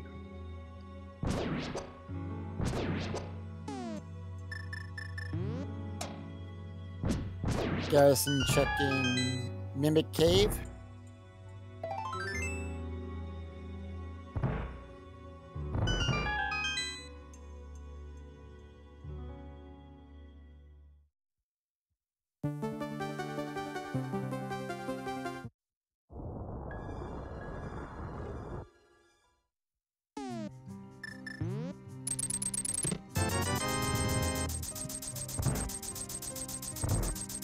Yeah, I'll also take this opportunity to thank the organizers and admins of the Go Mode Podcast Mentor Tournament. This is an excellent tournament.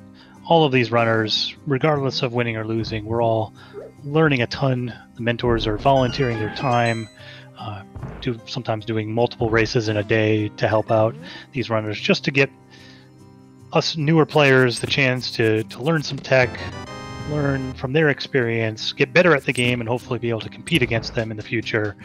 It's a really great community, and I want to thank everyone involved for that.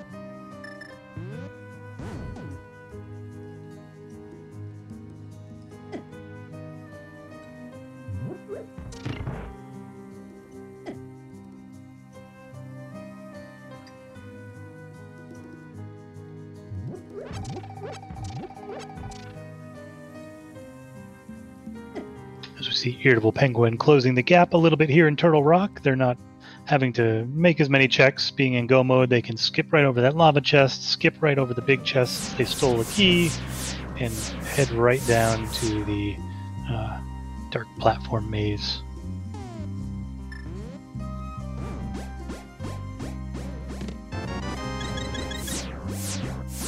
Garrison checking the infamous laser brig.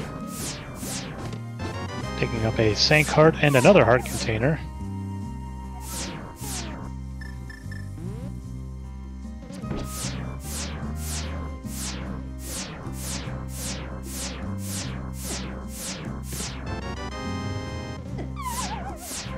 And a key. Yeah, and so getting their bad news, I think they realized they're not going to be able to keep that portal around, not even going to bother taking the time to bomb it open and mirror on the outside. Just going to save and quit and pick up the search elsewhere. Right.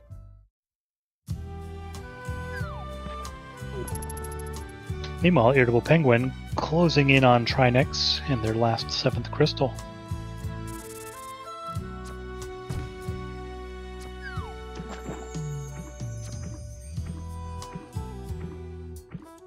Oh, and it looks like Garrison is making the Ice Palace play now.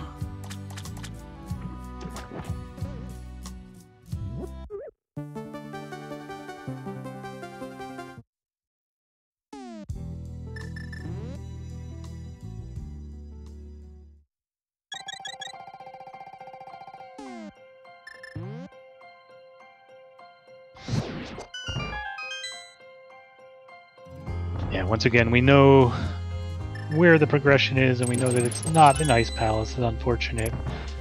When you see this, we're going to get a full clear of Ice Palace. Should be relatively quick using the Icebreaker, but still it's just more time that they're falling behind.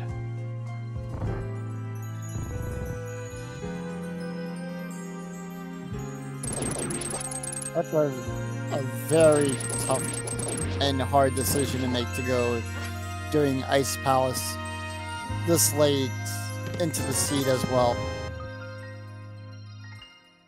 Yeah, and I'm sure they're hoping that the boots are locking something that they need, but you know, barring the 4% chance of a big key on the torch in Ganon's tower, I don't think that even in that case, I'm not sure that's enough to get Garrison back in this game, as Grim Legend pointed out in the chat. Yep.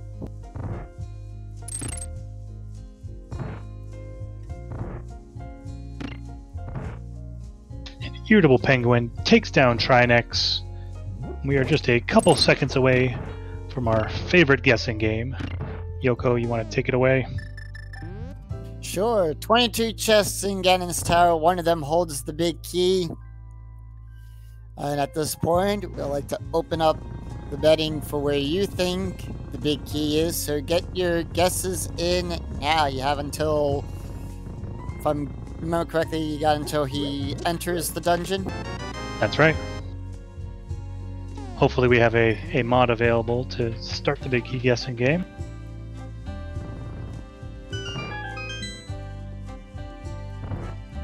What chest do you think the big key is going to be?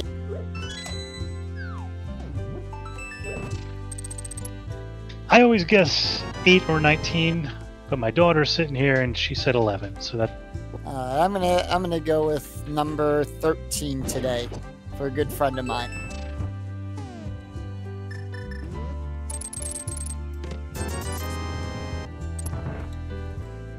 Oh, we spoke a bit too soon.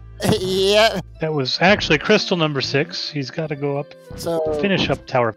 all bets are null and void. We're no bet on that one.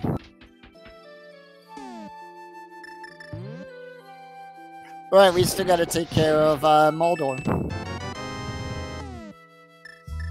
And IrritablePenguin setting up and pulling off the Harapot pretty efficiently there. Yeah. We apologize for that. We got a little bit of a head of ourselves here.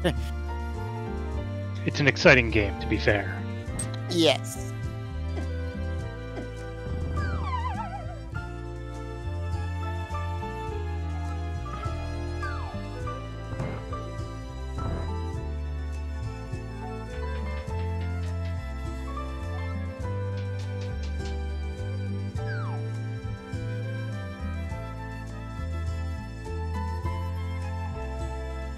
Yeah, it seems fair opening the guessing game with Herapod and Tower of Hera being so quick to complete. IrritablePenguin, for real this time, taking down his 7th crystal, about to enter Ganon's Tower.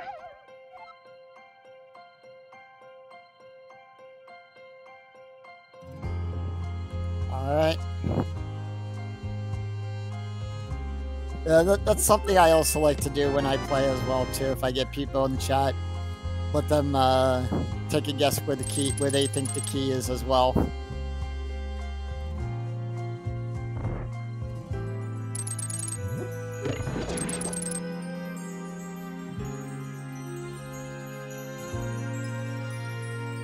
So we're getting left side.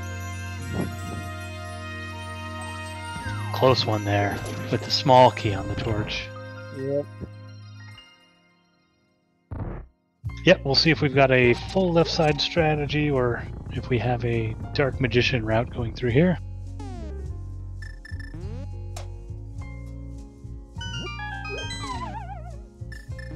$5 rupees in that chest. And we got 20, 10, and another small key. I kind of lost track of how many well, that was the torch and the 5 in the Rando room. Or the 4 in the Rando room to make 5. Okay, so we're up to 5. In 6, 50. In 7, 5 rupees.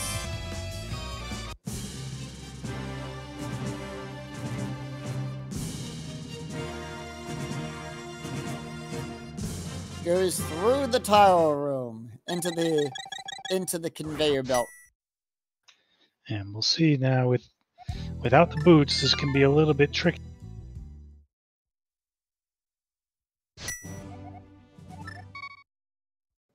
He makes it. Getting it done easy.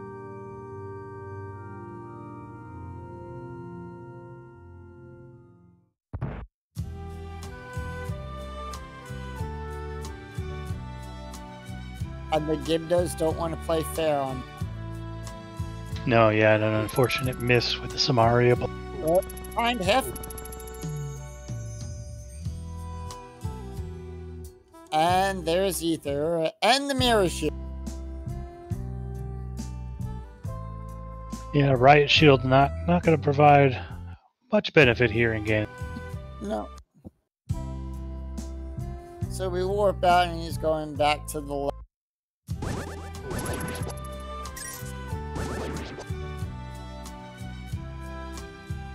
Yeah, unfortunately with this layout, Dark Magician seeming to be the worst possible route through here. But it's not going to make a difference given the lead that he has. And meanwhile, Garrison, after having picked up the crystal with a nice cold stare fight, heading up to collect their boots, the consolation prize as it.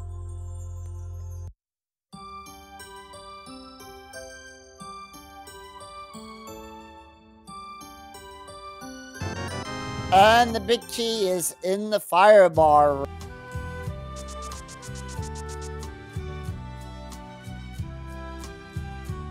I believe that was number 10, right? 10, 11, I think 11 or 12. I'm not sure. Let's see, we had the torch, we had 4 in Rando room, that makes 5. We had 4 in Compass room, that makes 9. And then we had the Firebar room, right? Yep, 12.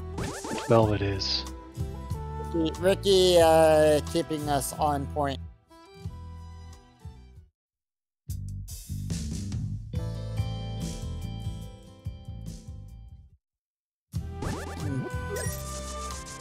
Kerosene is the winner of the Ganon's Tower Big Key guessing game and picks up 10 points. Yeah, congratulations to Kazdin as IrritablePenguin starts their climb through the gauntlet, heading through the cannonball. Ooh, getting knocked off, but They got up again. yeah, and they got Nothing going to keep. yeah.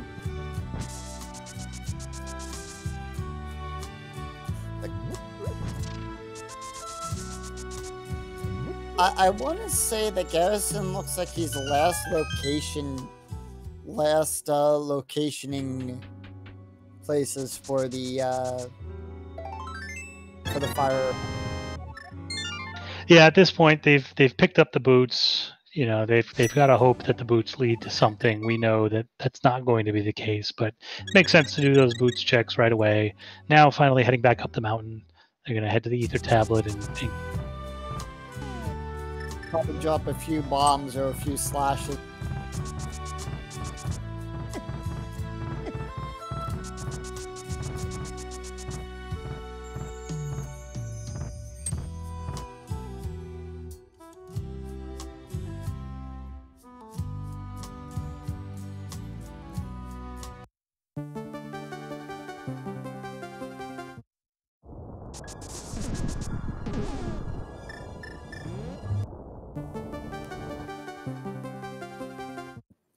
Nice 2-cycle on landmark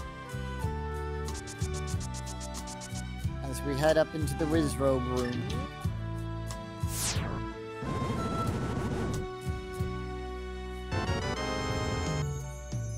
Ooh, takes a spill off of the invisible.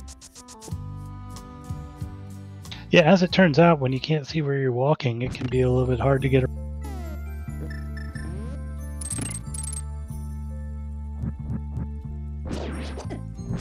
Took me a while to learn where the platform was without having to use.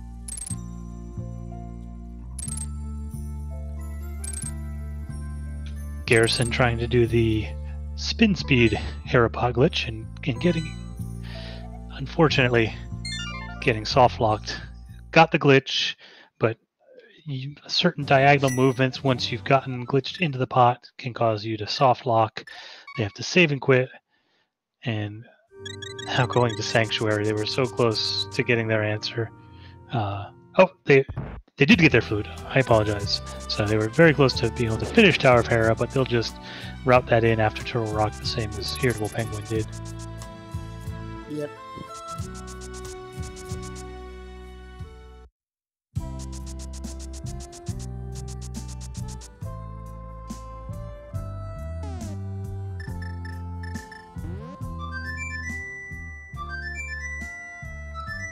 IrritablePenguin picking up the key from the.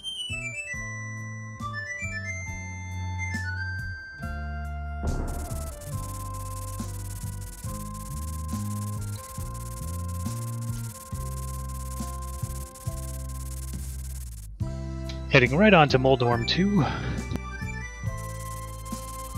Deja vu all over again. Like, didn't I just fight you like 5 minutes ago when? And you exploded for about 5. It's one of those logic things you never.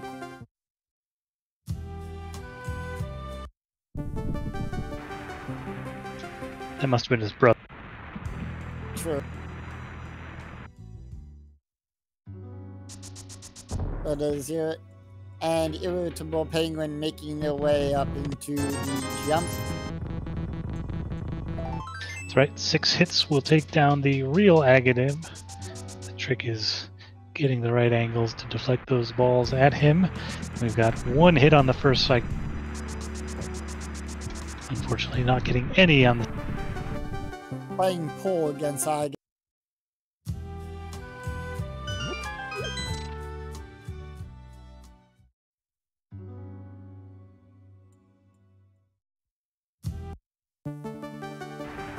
Maybe finally a bit of nerves here on the Agadim fight.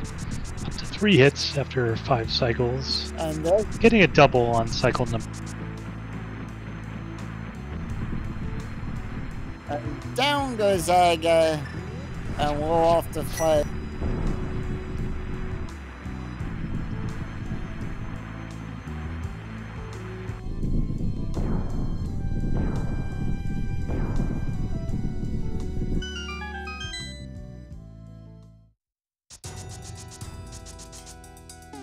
More belief in chat asking where Ice Rod was.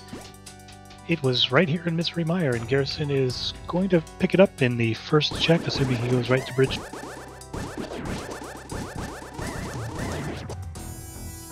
In case been pointing out, numbers are hard. That's why I program computers, so I don't have to do the numbers myself.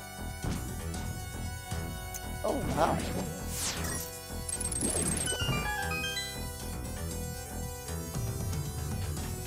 IrritablePenguin taking down the first phase quickly, now setting up some nice spins in phase 2 while those fire bats circle around, using the cape to escape some damage. I'm not quite sure. Yeah, they did get it. Single cycle on phase 2.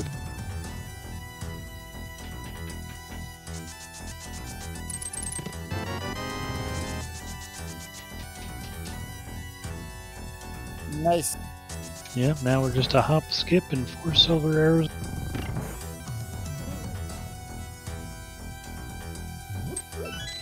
I missed what the code.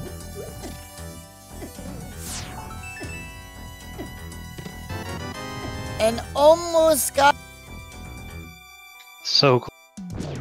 Oh no, he did get the.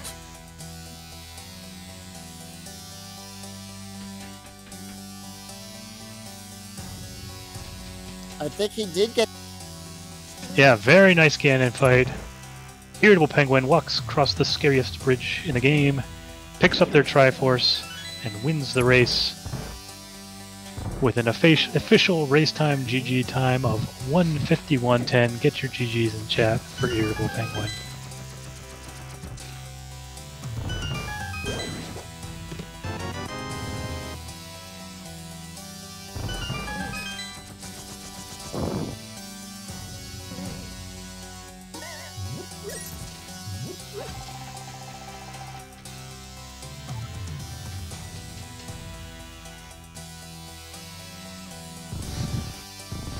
Meanwhile, as we watch the credits roll on Irritable's side, we've got Garrison going to do the cutscene chest to pick up their Misery Mire big key. They're well on track now to get up to Turtle Rock, Tower of Hera, Ganon's Tower. Just a couple more dungeons.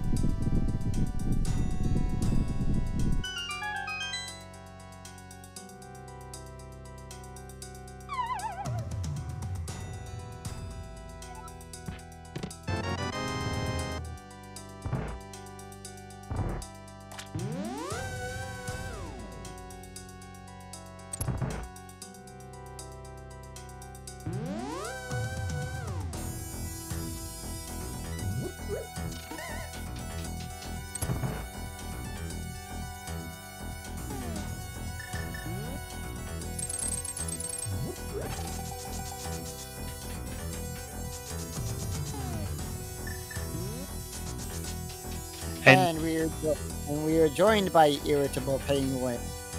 Thank you. That was a interesting one. Yeah, and welcome also to IrritablePenguin's mentor, Oro. Good race. Thank you.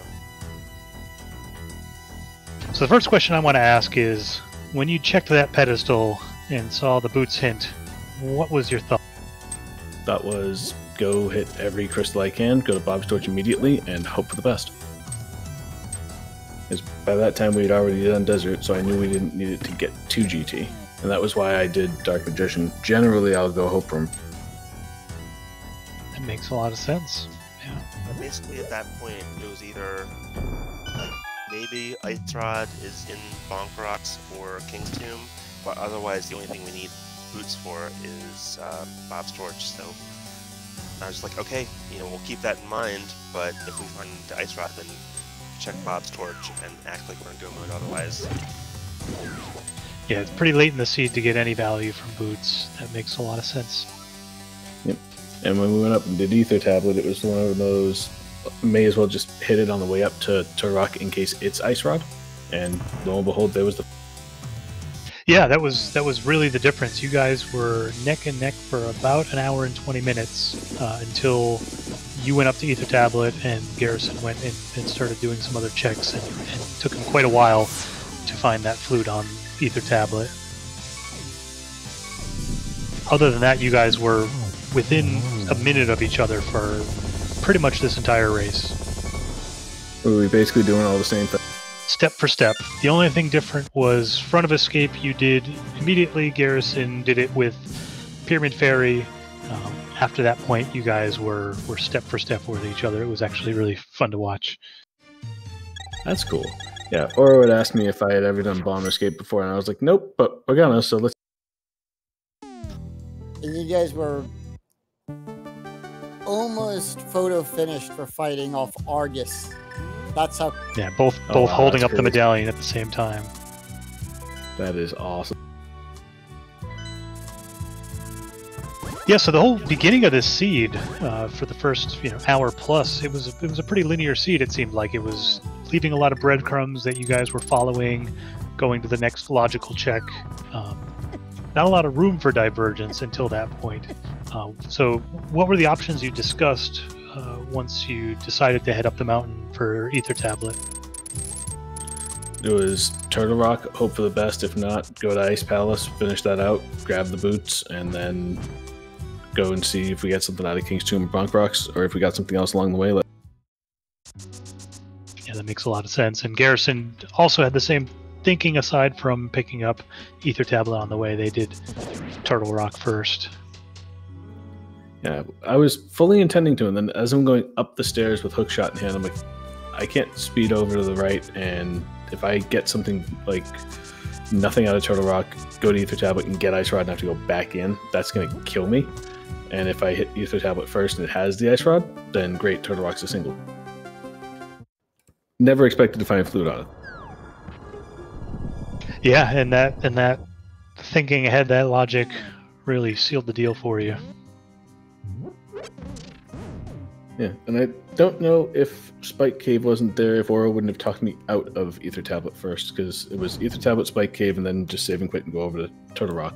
But if Ether Tablet was the only check up there, I might have gotten talked.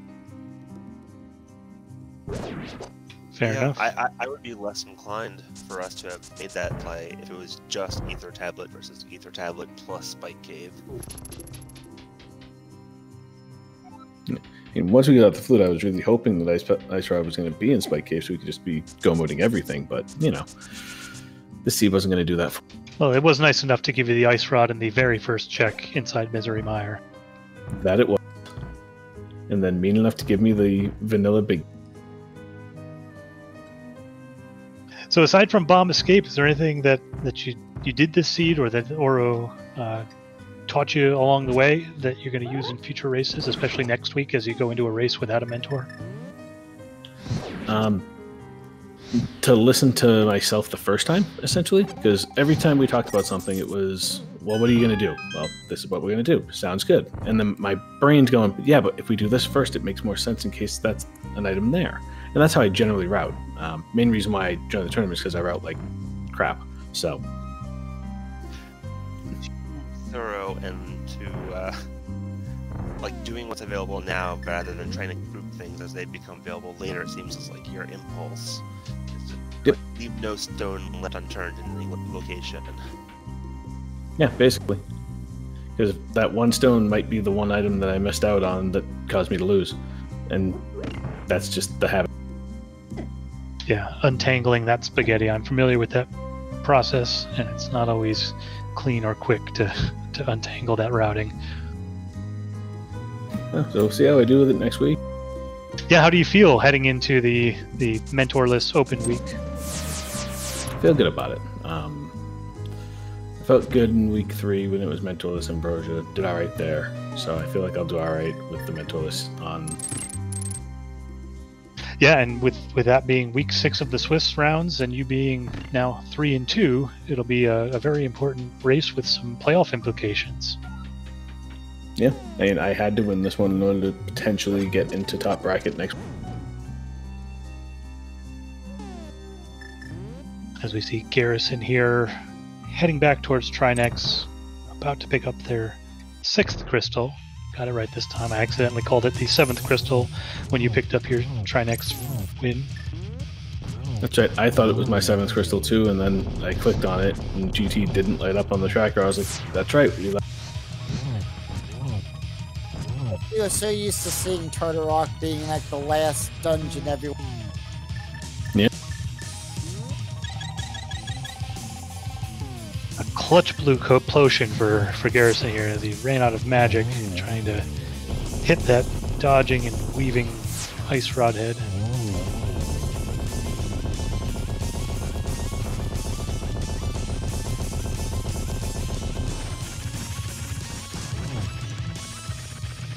Yeah, so great race, Penguin. Any other final thoughts? No, just actually kind of looking forward to seeing how Garrison does going. Yeah, I just want to take a moment to complain about how completely dry the early game of the seed was. Yeah, that was a very disappointing village, and all of the early checks forcing you to go all the way to the top of Tower of Hera. That actually set you a little bit behind at first because Garrison went up and got that Moon Pearl the first time going into Hera, and you decided not to do the cutscene or the coffee break room. And Yeah, that was both of us forgetting that I had the land. Yeah. I was like, okay, well, I talked Penguin out of it, so it was definitely my fault. I said, well, you've got, 1 in 50 chance that you don't need the big key to get the item, so why Hairpot? And we need to do Shovel and Agena. And unfortunately, Penguin listened to me, and that was to his downfall. Yeah, no downfall. Yeah, just a minor setback that worked out in the end. Yeah. And Esmar, I see that in chat there. Map trackers are fine. You can use them. It's good. In fact, I encourage it. Yep, I use one as well when I Yeah, I got yelled at the first week of the Mentor tournament because I had weaned myself off of a map tracker with the mistaken impression that in order to be a top tier rando runner, you couldn't use a map tracker, and my mentor disabused me of that notion. And what I'm finding is that many more people use trackers than don't. There are very few people who don't use a tracker. Oh, for sure. And just trying to keep track of so many things all at once. It's more sensible. People are going to make the tech for it, and it works wonderfully. Yeah, I mean, just like a basic Open 7/7 rando is pretty complicated, and trying to keep track of 216 locations in your head.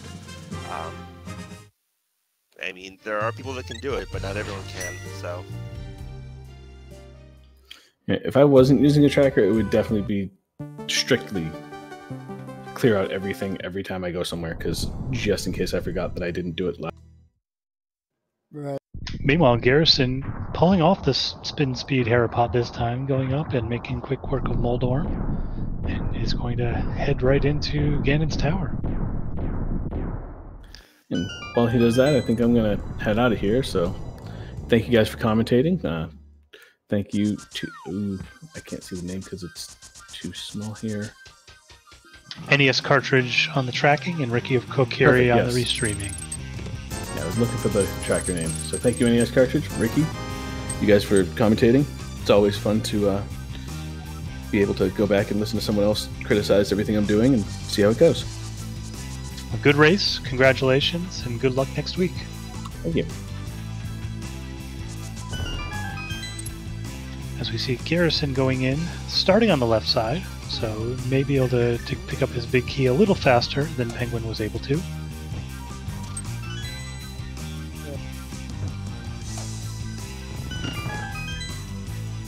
NES cartridge going to have to shorten his name to get the credit he deserves.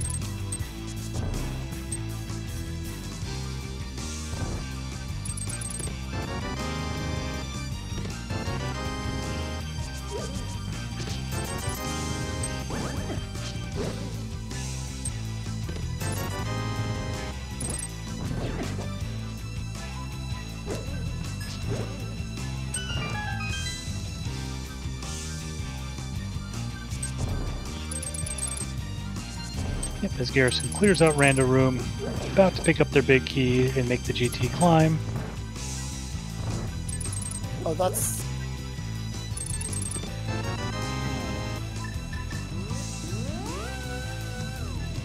picking it up in just 6, half the number of checks that Penguin was able to make. Right.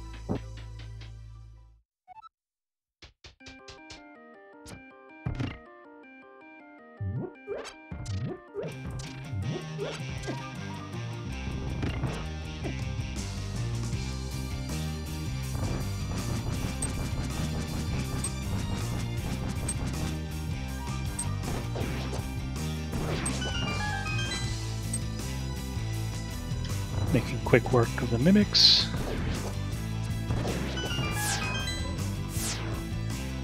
And a nice agile dodge of the Beamos there. That Mimic Room 2 always gives me... It's a tough one to nail down consistently, for sure. To nail down consistent and fast. Yeah.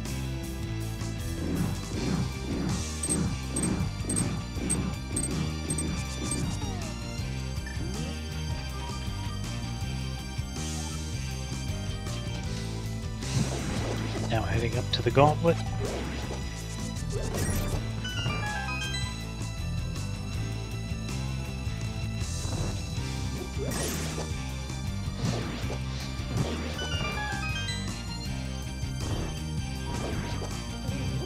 feel like those red Stalfos are the hardest part of the gauntlet. Definitely. Oh, and some clutch magic drops, able to keep that fire rod primed and ready. I've named... I've given it the nickname the Gauntlet of Villain.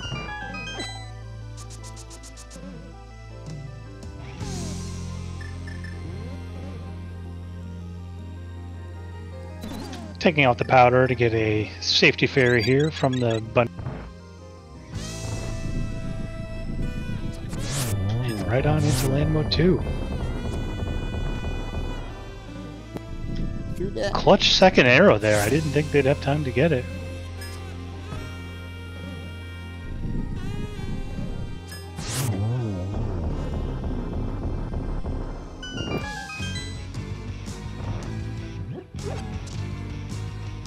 And taking down Landmo in quick 3 cycles, picking up an extra little bit of magic, an extra heart, and going up to...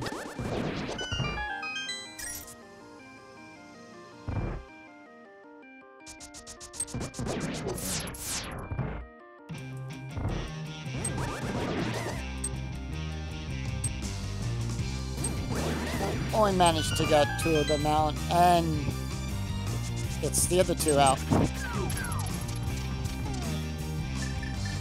Double Samaria strip. Yes. Certainly a better recovery than I've made missing that. Yeah, I've missed it a few times. That's another hard one to nail down, that second one.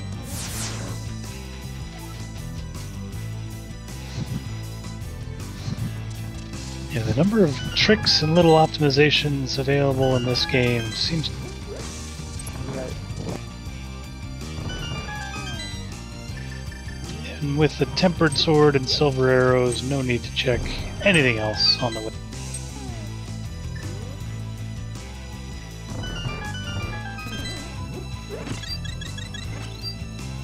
Just gonna pick up some health, pick up some magic, and go kill Moldorm.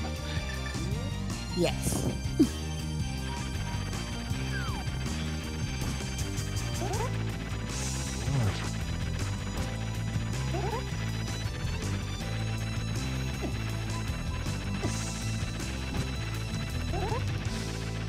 Oh, that was a close one. He managed to hang on to the very edge of that platform, and unfortunately got a poke in and was able to dash his way out of danger. Angry Moldorm. Yep. Skips the validation chest.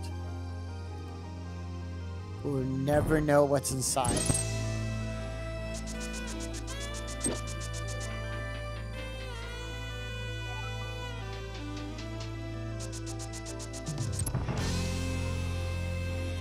Level 7, Evil Wizard Headquarters.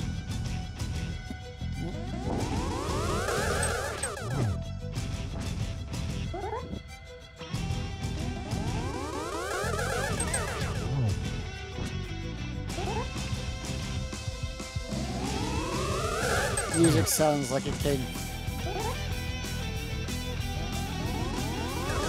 Yeah, I'm digging the rocket music here.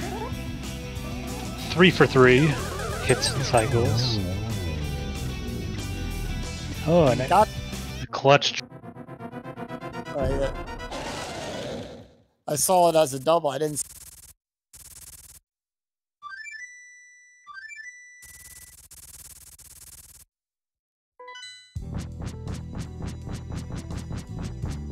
Garrison makes his way over. 4 phases, 4 silver arrows, and he will have completed the scene.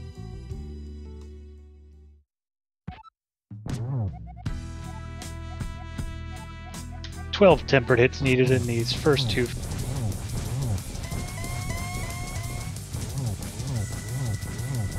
And Ganon giving us some health.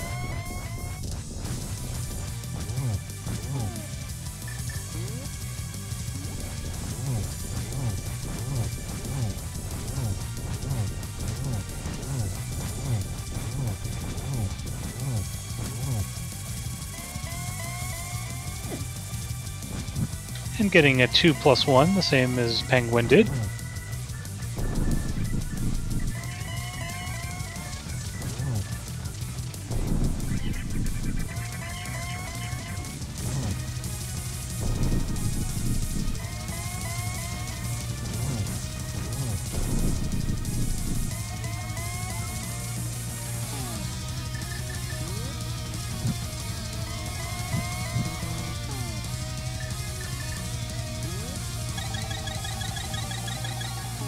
Gets to 12. Yep, and uses up his last blue goo.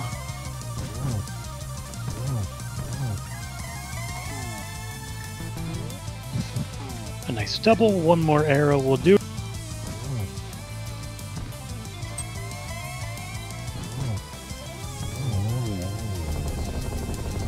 Got it! And get your GGs in chat for Garrison. Down.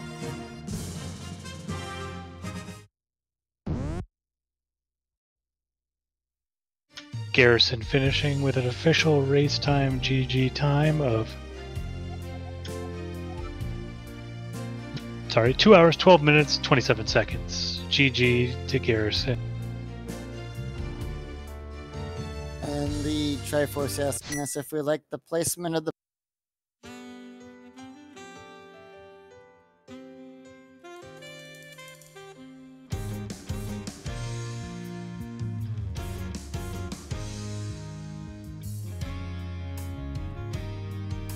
And joining us now, we have Garrison and his mentor, Vortex of Doom.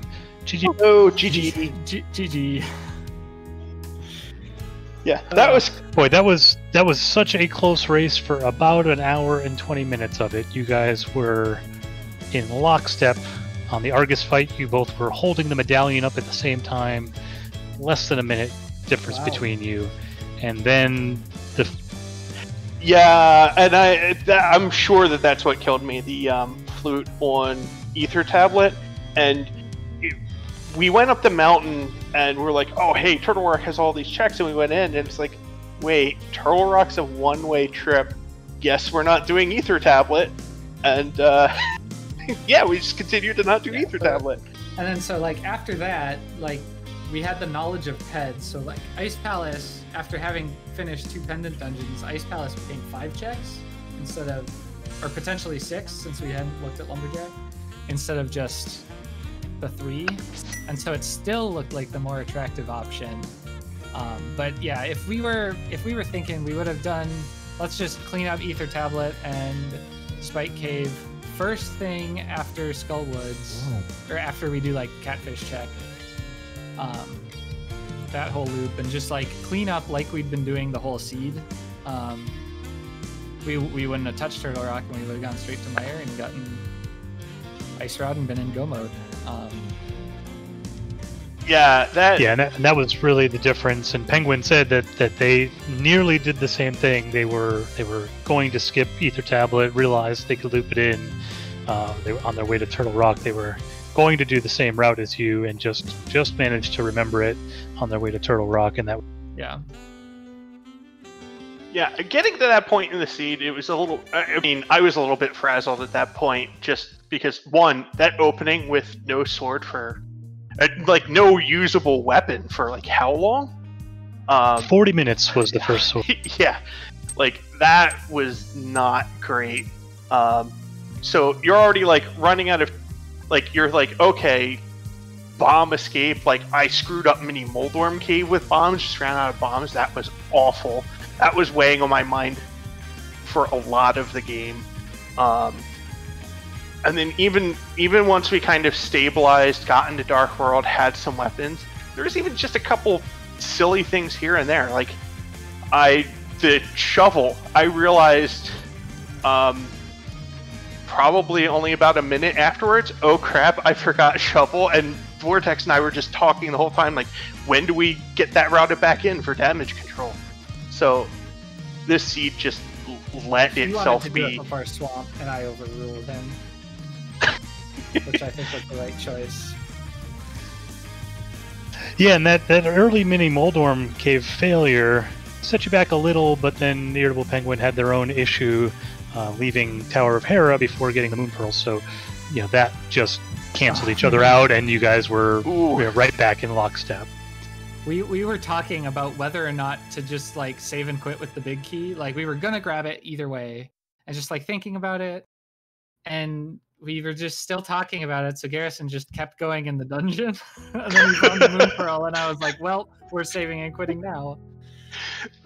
That was kind of one of our strategy, or I say our strategy, it was my strategy of, if we hadn't decided what we were doing, I just keep moving forward with what like was in my mind, and we just figure it out as we went along. That's how I ended up Hera. Yeah, that was a really tough decision though, just because it's like, well, we can get to Hera. The mirror seems to be pointing there, so like maybe we check it out. And we saw the cape, and it's like, well, that could be progression. We still can't kill Moldorm. So that's interesting. So that was some debate in chat about whether someone pointing out that the blue cane could be used to damage Moldorm, and so there was a bit of discussion about whether there was that was a decision for you guys about whether to go and try to take down Moldorm with the blue cane, or whether it'd even be possible with a single magic bar. Well, where was the mirror? Can Moldorm be damaged with the blue cane? I have to look that up. I'm not sure. I believe Chat says it can, and chat is never wrong. So okay. Yeah, I don't have chat open at the moment. Yeah, yes, I must have. Yeah, you had just both of you had just picked up the blue cane immediately before going into Tower of Hera on East Death Mountain. I believe it was in the 2 checks in Paradox Cave. Okay, yeah. So I was kind of okay with leaving Moldorm there anyway, because my thought was, boots have got to be in the seed somewhere, har har har, and I would just Herapot back up there before GT. You weren't wrong. Yeah, we were going to clean it up to save ourselves a mirror transition when we did Ether Tablet, like regardless of what it was, but then we had the unfortunate soft lock there. Yeah, I just forgot the tap left. At that point, again, super frazzled. I was practicing that Herapot beforehand, actually showing Vortex how to do the hook speed version, because I'm not great at bomb placements. Like, trying to remember all of the different bomb placements for everything is just not my forte. I would rather learn something stupid like hook speed Herapot. And then just being excitable for the first time, I soft locked the pot, and I knew what I did immediately. I was like, I didn't tap left. Whoops. I mean, that... Yeah, by that time we knew we'd lost. Yeah. Unless they made the exact same set of decisions as we did, and it would have been really easy not to, because like Ether Tablet and Spike Cave are not a huge time commitment compared to a one-way trip to Turtle Rock. Spike Cave is a little bit weird because that's also kind of a one-way trip. Like, Ether Tablet for sure, like, not doing that was just an error. There's no reason to do that second, and for some reason in my mind, I wasn't thinking about Turtle Rock being a one-way commitment. Yeah, even though we didn't have Ice Rod. So it was like, in my mind, it was like, we're going in there, we're going to find Ice Rod, we're going to pop out, we're going to go do Ether Tablet. That's not at all what happened. Yeah. So yeah, that was a mental error on my part to not say, like, at least let's try cleaning this up. Like, if Ether Tablet had been nothing, I think I would have suggested Spike Cave before doing the dip of Turtle Rock, because it was Ice and Turtle Rock would have been Ice and Turtle Rock at that point. Yeah, and in fact, that's what eventually pushed Irritable Penguin to sort of overrule going to Ether Tablet, is the fact that there were two checks there, and they discussed, Irritable and Oro were discussing that if it were just one, it would be a lot harder to call whether to route that in or not. Yeah. Well, GG. It was a tough seed, but you made it all the way through it and killed Ganon in the end. And honestly, I said, like, when we pulled Boots, I was like, even if Boots don't pay off, like, it's worth it because we got Boots. Absolutely. So we pulled Ted for chat. That makes it worth it. And yeah. So how do you feel going into next week's open race mentorless? So it's funny. I do a lot of the ladder races, and I'm finding it. And this is not a problem with Vortex. I'm actually finding it harder to race with a mentor than without. I'm just not great at both playing the game and communicating with someone at the same time. So I get to a point in which I'm really reliant on Vortex for, like, routing decisions, because so much of my mind is taken up with just communicating that I'm not actually getting the thought process myself on what the routing is. So the mentorless week will be a lot more my style. And I think a lot of what I need to do, and I'm going to plug Kern here, is to really get the improvements that I need, get a good VOD, and submit that to, like, Kern's office hours, and kind of figure out what I need to practice from there. Yeah, that makes a lot of sense. I do have one question. I don't know if it was my sound that was restreamed for the audience. So, what did they think about the MSU? If chat doesn't know, that's an Etrian Odyssey MSU, and I've put that together myself, and I'm actually really excited about it. Yeah, we talked about that during the race a few different times. It was excellent. I was very much enjoying hearing your audio through the race, and thank you for putting that MSU pack together. I love the Etrian Odyssey series too. Just an awesome DS dungeon crawler style game. Very difficult, very fun. So fans of that game will definitely like that MSU pack. Great. Well, thanks again. Good race. And I think we're going to wrap it up here. We've got about a half an hour before the long-anticipated matchup of Mocha Jones and DJ Darkwing Duck coming up at 9 o'clock. The battle of the real-life friends. So make sure you go get a snack, go get a drink, come back, and watch that race. And good luck to you, Garrison. Thank you, thank you. And I would like to say thank you for all of the crew. Thank you, RickyofKokiri, for restreaming this race. I really wanted to be on Restream at least once. Thank you for picking this up. Despite the fact that we pulled, like, all of the Restreamers as mentors for this race. Thank you, Yoko, for the commentary. Thank you, McMonkey. And I don't have the name in Discord, but thank you to our tracker.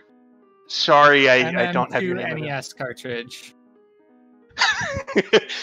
That's a tricky name to remember. Sorry about that. Yeah, but thank you for the tracking. Echo all that. GG's, and thanks a lot. And with that, we're going to wrap up here. Thank you, Yoko. It's been a pleasure as always. You're welcome, and And we'll catch you guys in about a half an hour here on the Go Mode podcast. Take care, everyone. Have a good night, everyone.